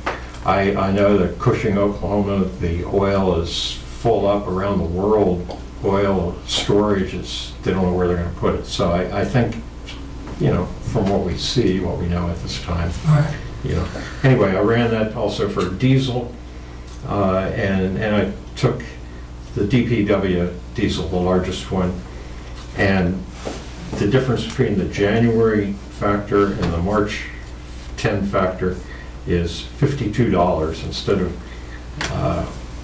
81, wow, where the hell? Down at the bottom, that 8,111, that comes out to 8,162. So it's $51 difference, and it turns out to be 2.4 days of, so I mean, if we're getting that tight, Julie can hold a bill to the next year or whatever. And we can take care of it. So Ted, What's the factor there? So I'm just saying the January factor and the March factors are virtually the same. I'm not, And what was the, diesel was 787, .787. and the other is .792. 0.792, thank you. So Ted, similar to the conversation I was having with you the other day, is it all right with everyone that we break Ted's numbers down 2 categories on figuring this out? Can we first focus in on the fuels, the library, the town hall, the Houghton town boiler, and then we'll get to the variable of the vehicles. Right. That's good. Is that? Sounds, Yep, we can do that. All right. Ted, this is awesome. Straight up, I'm good with all the numbers. So yeah, I agree. We should probably. You should do some rounding. I mean, my gut was to do some rounding, but We don't have to. yeah, and the reason why I say no is because I feel there may be some pushback, and if we use the actual number, we can at least defend it because of everything that you've done. So my thought is, we use the numbers that you have there, and personally, I am okay with the 19,220, 6,306, 3,300, the 3,185, 14,129. That's me. But I would like to hear everyone else, and then from there we can go on to the variable ones. Connie? Well, I just think rounding it up, it's not a lot. It just makes it easier. I think on principle, we should keep it lower though, because this is the same thing we needle other people for. Don't round up, what's your actual number, you know what I mean? We need Well, I to mean, lead. I'm just Right. saying, even, I don't care if you round down, just, I know. You just like a round number, I is like what a you're whole saying. number, right? You like a whole number. I mean, they're all whole numbers, but. I frankly worry when I see a lot of even numbers, like $10,000. Like this does justice to your process, Ted, you know? And that's my point, yeah. So I would vote, I am absolutely okay with making the adjustments, and my vote would be to use the actual numbers. And do not worry, I mean, in here we have a safety factor because the base year, that FY14, Degree days. very many degree days. But you know a what, bunch if of you- degree days. If you rounded it, it would be almost, I'm not kidding you. If you look at 20 to 28, 32 to 3, 40, 33, I mean, 3, it almost comes out, but that's fine. It's, leave it, I don't really care. So Somewhere can I make a motion? Are we at that point?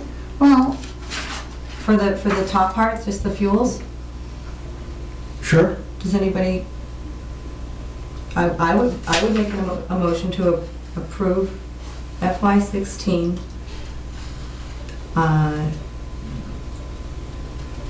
fuel adjustments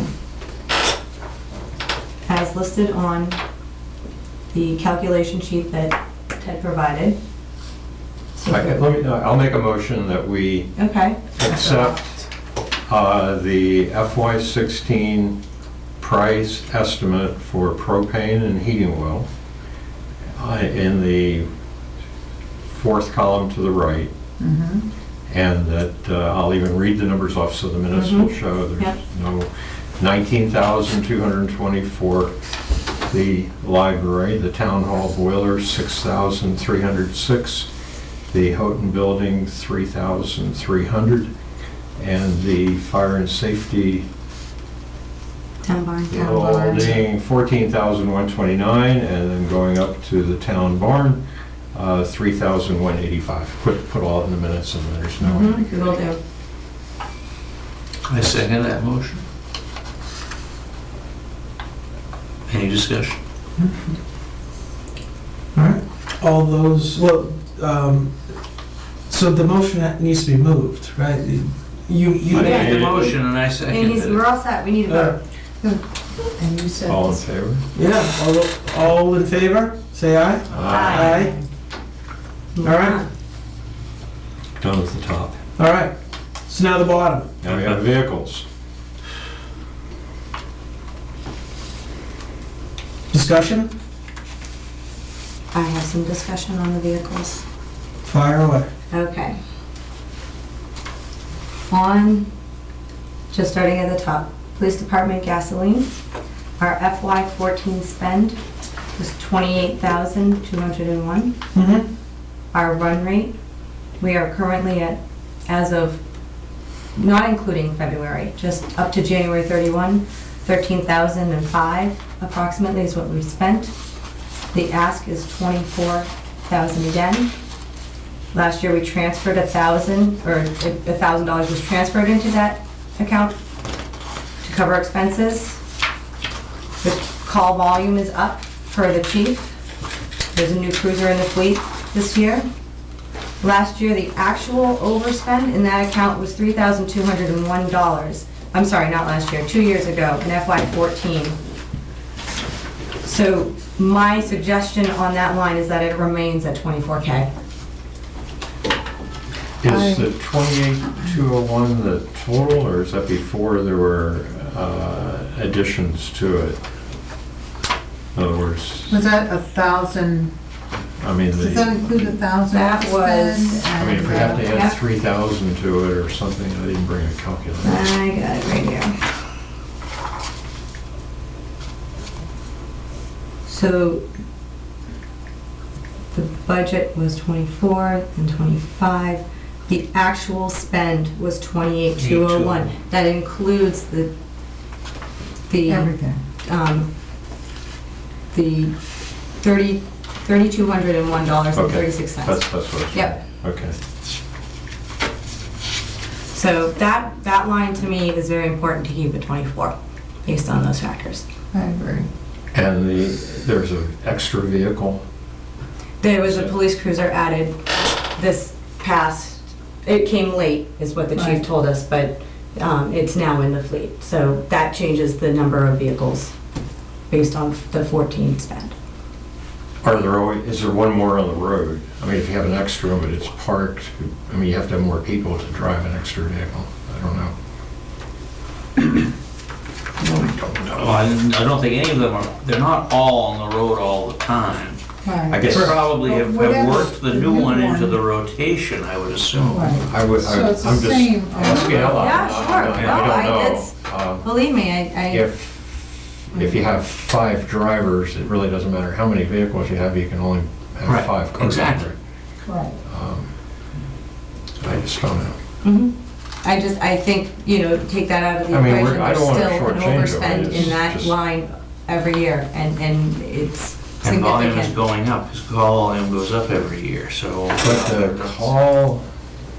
But the call volume is even on the non-emergency number. Right. And, I call over there and reserve a conference room, and that's a call. And so Are you sure that that's I don't think included so. in the emergency, like, they're not You're calling saying it 911 emergency? calls, or? Well, that's in the chief's numbers, the he said they're up call. 1,000.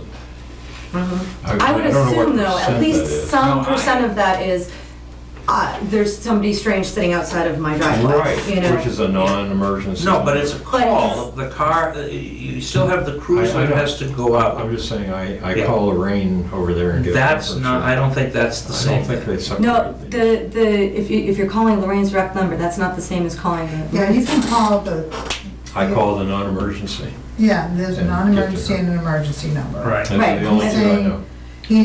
Maybe he didn't specify, No, it's Did he? everything. Yeah, anyway, you just said the call volume is going up. but again, if I don't know how many drivers we have, but if the drivers He are out, tied the it thing is into idling. emergency, didn't he? Yeah, I thought so. I mean, here, I have it right here. Hold on. All right, well, how I about mean, I'll be glad No. to recalculate it using whatever. how about we skip over police for the time being? We'll come back to it. That sounds good. Sounds It's like- getting really late. I know. So, the next one is ambulance diesel. Let's just take skip over one and go down to fire department diesel. The numbers are the same. Right? And the numbers are the same, because if you take a look on Julie's spreadsheet, on fire department, diesel, and then just, which is line 5486, ambulance diesel, 5486, 2012 actual, 4244. FY13 actual, 4153. 14 actual, 4163. So call it $4,000 across the board, last 3-year actuals, suspiciously for both fire and for ambulance. They split that Yeah. line. They split it Bottom even, line. They 50-50. split that line. So if you look at those two numbers together, you've All right. got like $8,400 All right, between the two of them. so, They're running about half at the right. half. so does anyone have issues with moving to 3277, which is actually giving More. fire, We ginned them down to Exact- 3,000 now. exactly. Doing it more. So, any issues with the 3277 number? No. Stasha? My round, thank you. Well, My- I know Ted doesn't have I the know. number. So so just hear me out on logic, and I'm actually okay with letting this one go, but here's the logic on it, okay? You've got $8,000 that you've brought down to 7, between the two lines, you've got about $8,000 that you've brought down to 7, Mhm. and then if you half the 7, you're at 35, Right? and so you're below that on which is fine. This is why I'm conceding, but I'm just saying so you've under budgeted based on the logic by $250. Okay. Okay, I'm good. Thank you. But it's more than what was approved. Joe, how are you feeling? I'm comfortable with that. Okay. Yep. So, we have consensus on 3277 for ambulance and fire, diesel. Right. Yes, sure. Let's move up to that whopping What is this 43. $55? Well, if you take that I'm not gonna 4,000 fight over and you drop it down to $3. 3, God. Oh yeah, no, that one's fine. I'm fine. I'm sorry, I'm stuck. I'll give you whatever you need, Sasha. Don't worry about it. No, nothing. I need nothing on that one. 50 to 43, Stasha. Let's have a. Wow. I'm all set with that one. Okay, all right. All right, so now we move to DPW gasoline. Where are you? What about public safety diesel? Can we just do that one? Yeah, because that's the. We're gonna zero that one out? I thought you were up here at the 50, the Yeah, 43. what is zeroed out here? Public safety. That's the big generator that runs, like, the run rate on it was Oh, that's interesting right, because it but had like the, 1 year that there was no, The tank is, that's right, we talked about, okay, that's fine. that was an interesting one. It fills every 2 years. So technically, based on the run rate as you see it on the budget, it looks like it fills every 2 years. However, she's already spent over 700 this year, so that logic or that run rate doesn't hold true this year. I But thought go ahead. no, go ahead. My suggestion was to put it at 1,000 to cover, but to certainly not have it up at the 2,300. But not to bring it to zero because she's already Spent 700. yeah, it's like it's not it hasn't proven itself, the track record of that line hasn't proven itself yet. If you drop it to zero, they're gonna need gas. Oh, no, I'm not That's saying fuel. zero. Okay. Just- So that's what's in there, that's why I Excel paused isn't, on that yeah. one. What number do you want? 1,000. Is everyone okay with 1,000? Yeah. I'm comfortable with All that. right. So public safety diesel from 2372 down to 1,000. Right. DPW. Gasoline. Where the hell are you? There we go. Total parts. So bottom of page 8, DPW gasoline. We have seen actuals of 17,700, 20,800, 22,900. They're asking 18. That looks like an average, and Ted's number is 16,846. Discussion?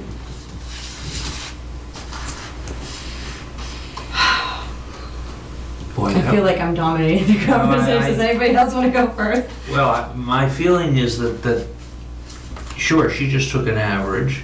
That goes up into all over the place. This year, I mean, obviously with all the plowing and stuff. Yeah. That's gasoline. It's totally unpredictable. That's what we're on, right? DPW gasoline? Yeah, So, not diesel. Yeah, I mean, I told you guys, leaving last week's meeting, I said I was feeling very comfortable with the top stuff, and that's why I asked if we Right. could break it out. And I was right in Stasha's camp on the bottom stuff.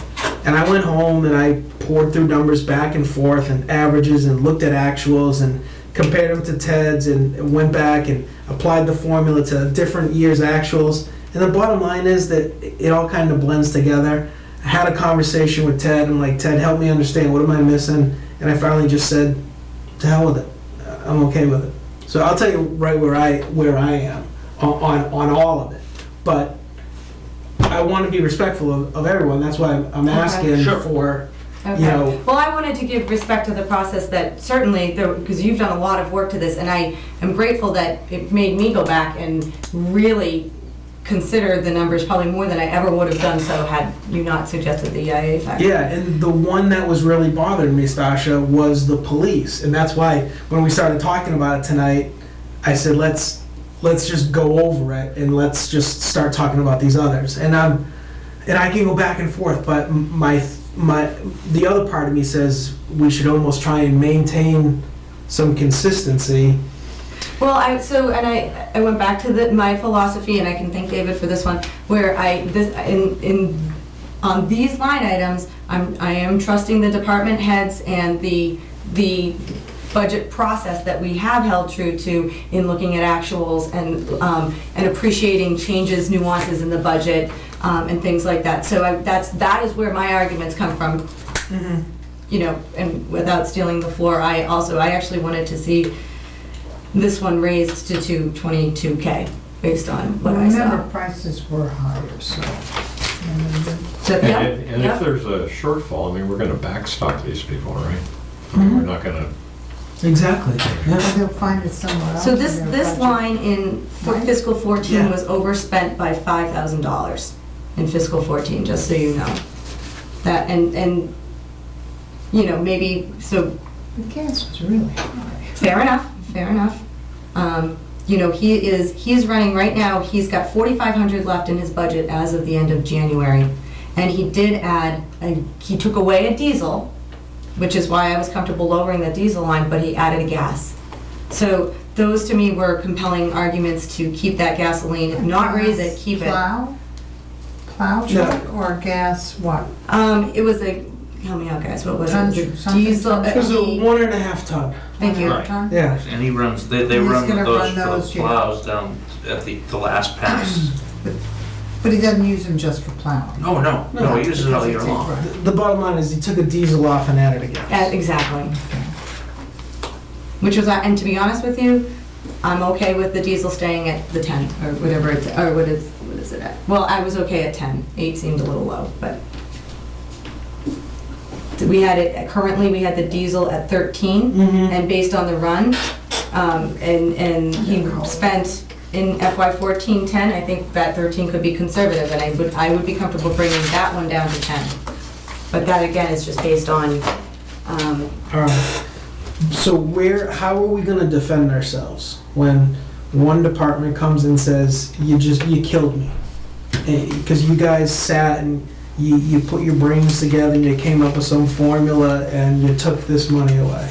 And then the other department head comes in and says, how the hell did you explain this number to me? Oh, we use that. So that's my concern on switching the batting order up and around. well, my logic puts it at, all of my numbers are justified based on my philosophy, not on the EIA factor. So that's how I cover myself on those. And even the fire and Are you saying leave it at 18 for both diesel and gasoline? No. I would suggest, based on, again, really taking a hard look at the run rates, and also the overspends on those lines. I asked Julie for those overspends. I have the ledger history from the expenditure ledger from 14. And so, well, for the gasoline line for DPW, they overspent in fiscal 14 by $5,000. So that to me is, if we're budgeting, what did we budget in fiscal 14? 18 probably? Let's see. I have that. No, 2014. Oh, that's spent, I don't know. Hold on, I have it right here. sorry. Budgeted 14 was 18. 18. Yeah, but, 18 and 14. And they spent 22.9. And Yeah, it's exactly. 22.9. So, And looking But with just factors before, of too. 0.7 to 0.8, the run rates, I don't know what's driving what. Yeah, but, so, and your suggestion is to go to what? so on the gasoline, based on the 5 overspend, which put him closer, he was really actually at 22. So that was my recommendation, was to raise it to 22, based on that. But I would also, in the same breath, say, in the addition of the new vehicle, I would also say that the diesel line at 13 seems high, and I think, even David, he's not even here to hear me say it, And I But hear Ted's that. using the 14, the high 14 number of 22.9. He's using the actual. Why don't we just leave it at 18 then, rather than do anything with it, because that's what they requested. But then you get into the comparability of, you gored my ox, but you didn't. Oh, well, okay, do so, well, that's why I'm I staying don't away worry from about that, that. because I know. I can explain it, I mean, if, but I don't sit here because I can't worry about that, sitting here. I can't worry about what I'm gonna say to one department. I'll explain it the best that I can, because my idea is trying to do the right thing for the town, not for that person who's sitting in that chair, just that person. But the way I see it, Right, the right and thing you for the get- town isn't necessarily lowering or raising. No, it's- I'm not lowering it. They requested 18. Go with the 18. Which That way we're seems to not be an lowering it, then we're not raising it. I'd have a harder time I could justify raising it, but I'd have a harder time explaining raising it. And just leave it at what they requested. They don't even come in. They look at it and go, oh, okay, we got what they said.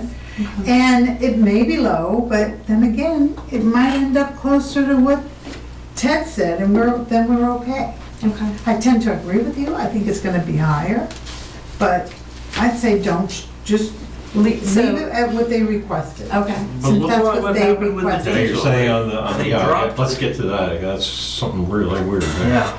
On the gasoline though, if I, and this makes some bad assumptions, but if I knew the number of vehicles that were, if I knew the gas diesel split in fiscal year 14, and I know what it is now, I could work with that. It assumes they all get the same miles per gallon, a few other things, but Well, that's the thing, Ted, is there's so many assumptions in there, and this is data driven. I mean, this is just heartless data driven. Yeah, but these are very old, some of these vehicles are ancient. well, that's what, And the efficiency of the new one presumably is so much more than the So the that's 1959. their game, that's a, well, and that's a different problem. Well, I think- I mean, I'm not gonna take that away from them. Right. And it, I can see your point, Connie, on the, I don't, I can see your point on keeping it at 18 versus raising it. I would definitely not lower the 18. And I would not lower the diesel lower than 10 based on the history of that line. I'm with you. Okay. I can go with the gas at 18, but we're gonna have to maybe explain it. I think that Alright. could be justified. Absolutely, the gasoline, I can explain it in a Gasoline, breath, I'll which say is that it's C, been Stasha. overspent. Yep, absolutely, go for it. Right, and you will be, maybe get a chance to do it. Oh, No, I'm joking. Now, on DPW diesel, did they really request 18,000? Oh, that's what it says. And, I mean, We I brought could it have down made a to mistake. 5. I could have made an error.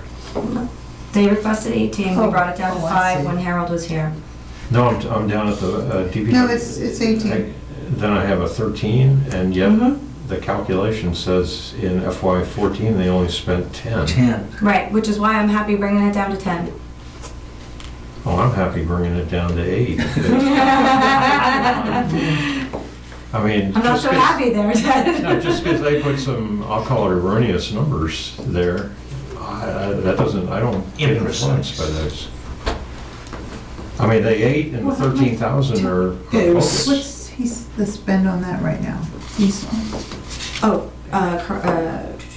And we'll backstop them. I mean, we buy For- the sand and salt and Really? at the end of everything else. January, 4,084 of 18,000. It's right there halfway. Yeah. So, hey, Well, we didn't get the big snows Until Until- January. until Right. January. Is that the end of January? Right. That's This is the beginning? end of January, includes none of February. I'm okay with 8,111. 8111. Yep, sounds good. All right.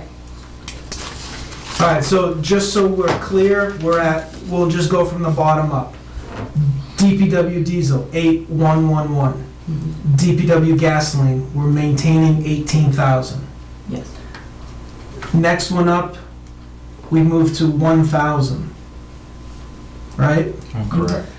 Next one up, which is fire department diesel, 3277.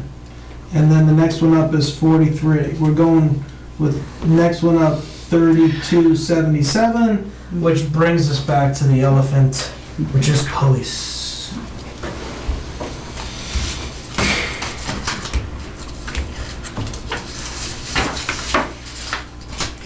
Joe. Well, you know, I've done a turnaround here because for years I have said that we spend so much on policing for a small town. It's like Israel spending, 50% of its GDP for defense, and it didn't make sense. And it still doesn't make sense necessarily, but when you look at the increased call volumes, and I'm not talking about telephone calls, I'm talking about where they have to go out on a call, and the fact that the town is growing, and I don't think we can cut it. And didn't he overspend? He had to come We had to back. come back for 1,000. So despite the fact that I think it's a disgrace that a small town has to spend so much on its police It's department, so true. I feel comfortable with the 24,000. Stasha. 24. Wait a Connie. minute. No, go Ted. Ted. I have Well, it I'm on my mind. 2730. What are you? 20,730. 20,000. So Like I that's said, That's what you said. No, that's what I thought. Sorry. Sorry. Spent a month working on a spreadsheet. He's good with his number.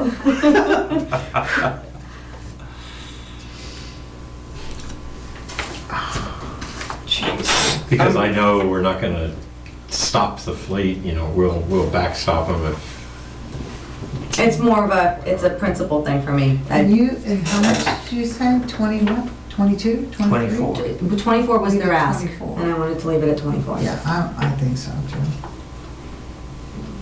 Well, I was at 20,700. I was with Ted, so. So do we officially vote on that? Or do we? Yeah, we I mean, just- we're- It's We three can- to- 3 to 2, we don't have to.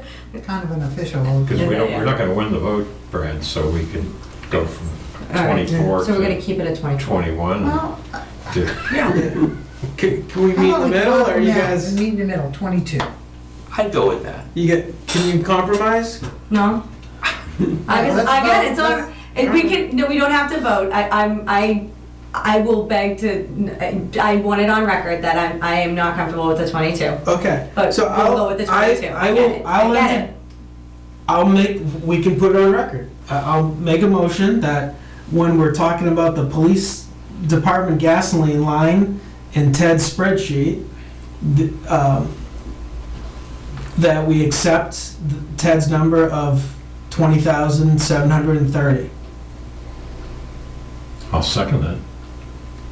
If that was a motion, Yeah, that was, yep.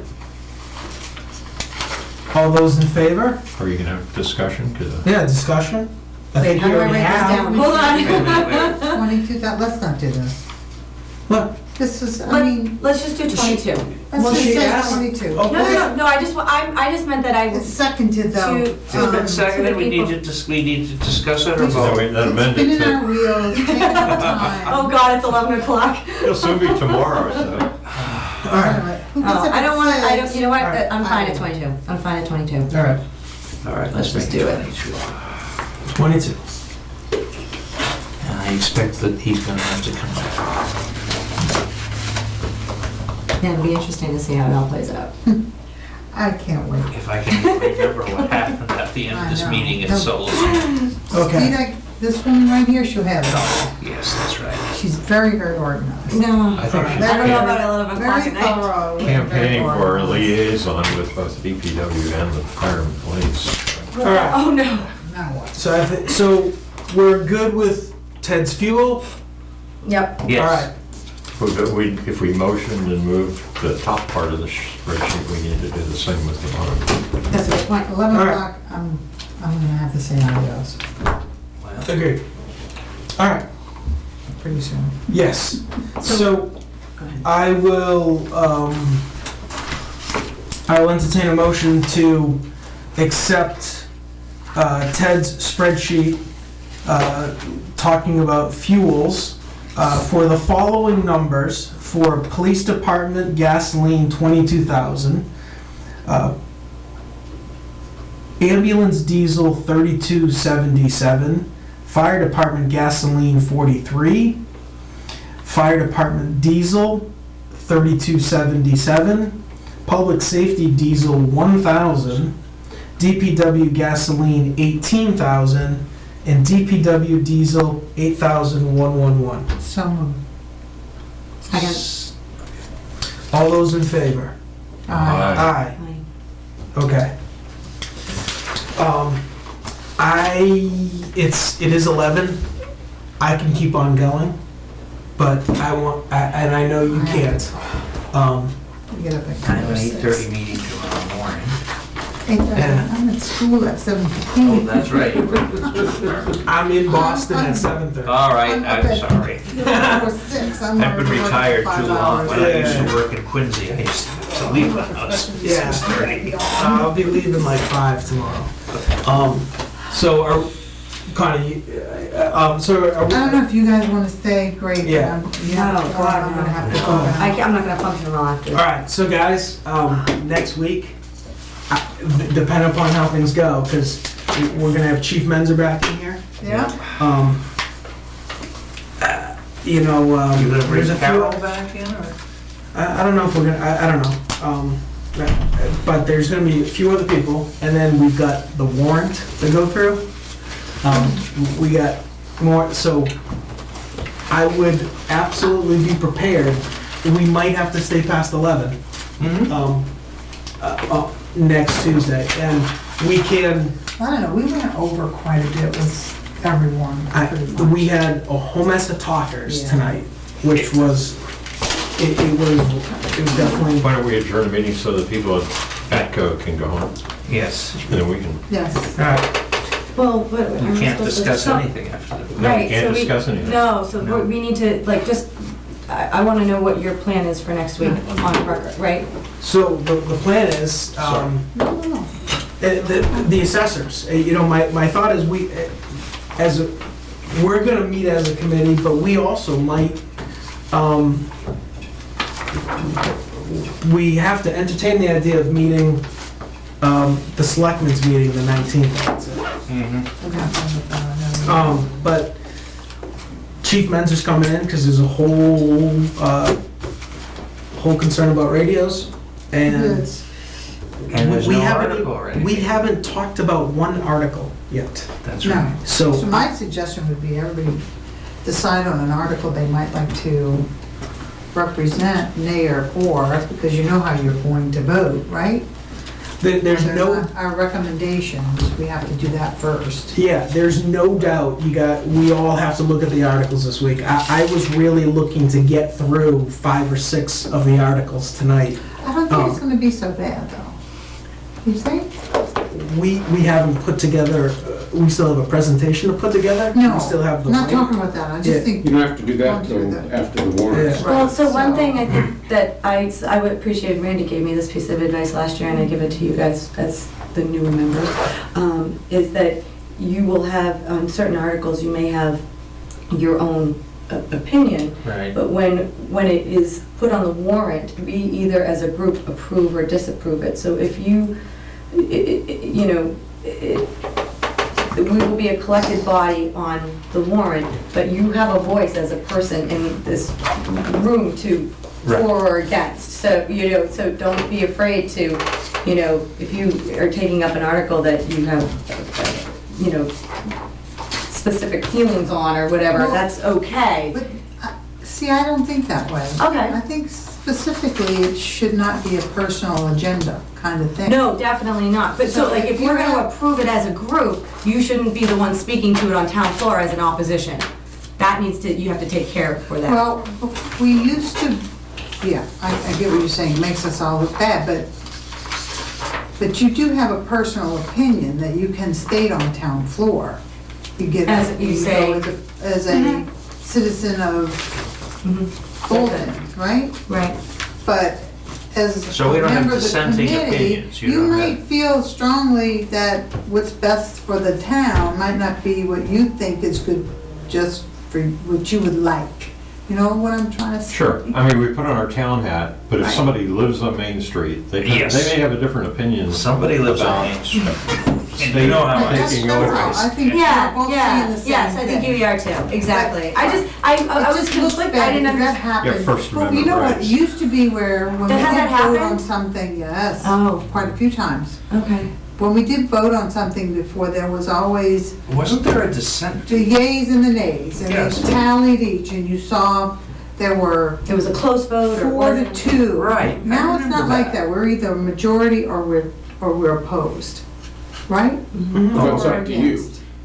As a group. or is it up to the selectmen? I think the selectmen changed it. I think somebody changed it, because I can remember when there used to be Yeah. dissenting. Exactly. I like You. the people to know that how many of us disapproved or approved or something. Yeah, so, yeah, Went the other way, but. yeah. I think you're right, it was the selectmen who, It's probably while you were there. no, I was always Except he would in have favor disapproved of of it. So, everything. anyway, well, my point, just All right, take that, you so- know, don't be afraid to speak your mind. You've got it. I've never been. Good. Yeah. Good. Yes. Right. I have. Should we schedule next Tuesday and next Wednesday? And if we don't get through on Tuesday, then we have Wednesday. Then we Well, have we're 7-day Thursday. advance notice and everything. We can always cancel a meeting. That would be 3 days in a row, I'm just And pointing then that out, if we're Thursday doing night. selectmen on Thursday. And Thursday night, the selectmen. Just like tomorrow is the school board. That's gonna be exciting.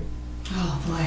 Oh, geez, I That is don't know gonna if I be- can do that, but I would like to be there. Yeah, would like to be there too, I can't, I'm waiting for a sitter. Yeah, no, Ted, I hear what you're saying.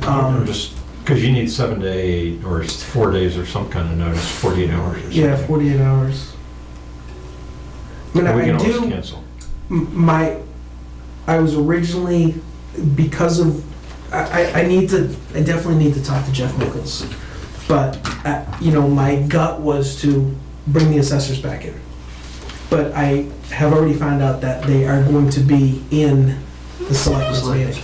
Right. And so that was leading me to say, okay, we could use our time Tuesday night to address all these other things, not talk to the assessors, and we could be involved in the selectmen's meeting with the assessors. So it would be a Tuesday night and a Thursday night. And, to help Tuesday night along, there's no doubt we've got to spend time on the articles, so we're all very comfortable with them, so we can really come in and try and, bang them out. And then also, the spreadsheet, are we in agreement on a certain thing? So, all these things that are listed here, to David's point, I was, even though I came right out and said, to me, it's a no on the, on the paving, I threw it in here, and then, it was just bugging me when I was doing this over the weekend. I'm like, to hell with it, I'm just gonna throw everything on there, because as I was looking through the warrant, I just wanted to get a big picture of everything. But the point is, we look at this list, it's, do we agree or disagree? And then what is the best way, to fund if we do agree? So there's definitely a lot to do. I would have loved to have been home 2 hours ago, but we all would. So, but for next week then, I'm looking at, we've got Tuesday, school committee's over, or Wednesday, presumably they won't be. Well, that's true, we may want to leave that Wednesday open, because if they continue their meeting, it would probably be to the following Wednesday. At the Tri-Town meeting, there was discussion of you'll present it on the 11th and give time to think about it and... Yeah. That's right, they were saying that. So are you, forgive me, but you're thinking on the 19th, which is the selectmen's meeting, we stay for part of the selectmen's meeting that has to do with the assessors, and then we scoot off somewhere and have the rest of our meeting somewhere else? Yeah. Okay. Okay. Yeah, I'm good with that. Thursdays are much better for me than Wednesdays. Yeah, and that was the other part, taking that into consideration, knowing that, where that is. And quite frankly, it's just everything, it's tough to do 3 nights in a row. Given that... I feel like I'm back in finals for college. And school committee always starts at 6? Except for that one budget one where they started at 5. That was, okay, well, Yeah, that's... that was an exception to the rule. Yeah, it's designed, To be as inconvenient as possible. No.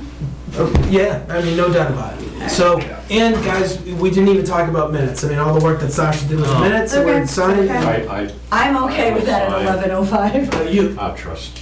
Yeah. After all the nitpicking I did on Right. it's fine however you guys want to do it. Now, if I could have a lift back down the street from somewhere. Yeah, I'll give you a lift. Whichever, okay. Yeah. It was much easier walking when the sun was still sort of out. Yeah. Isn't it nice though to have it out so much later? Gosh, yes. So, we need to adjourn, right? Oh, no, we're still signing minutes, never mind. 7 minutes.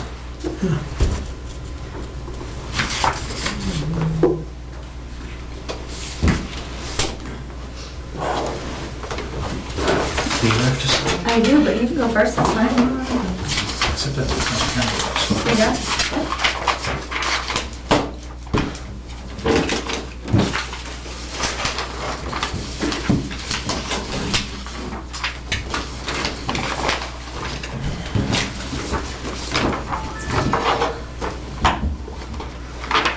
Man, I'll tell you right now that Gary Perwack and Erica need to deliver a class. Yes.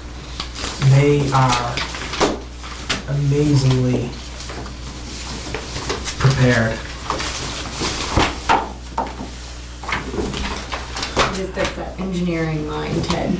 Well, it shows how they're prepared. Rather than just grab a number out of the air, they just put on paper. All right, I will entertain a motion to adjourn. So moved. Second. All those in favor? Aye. Aye.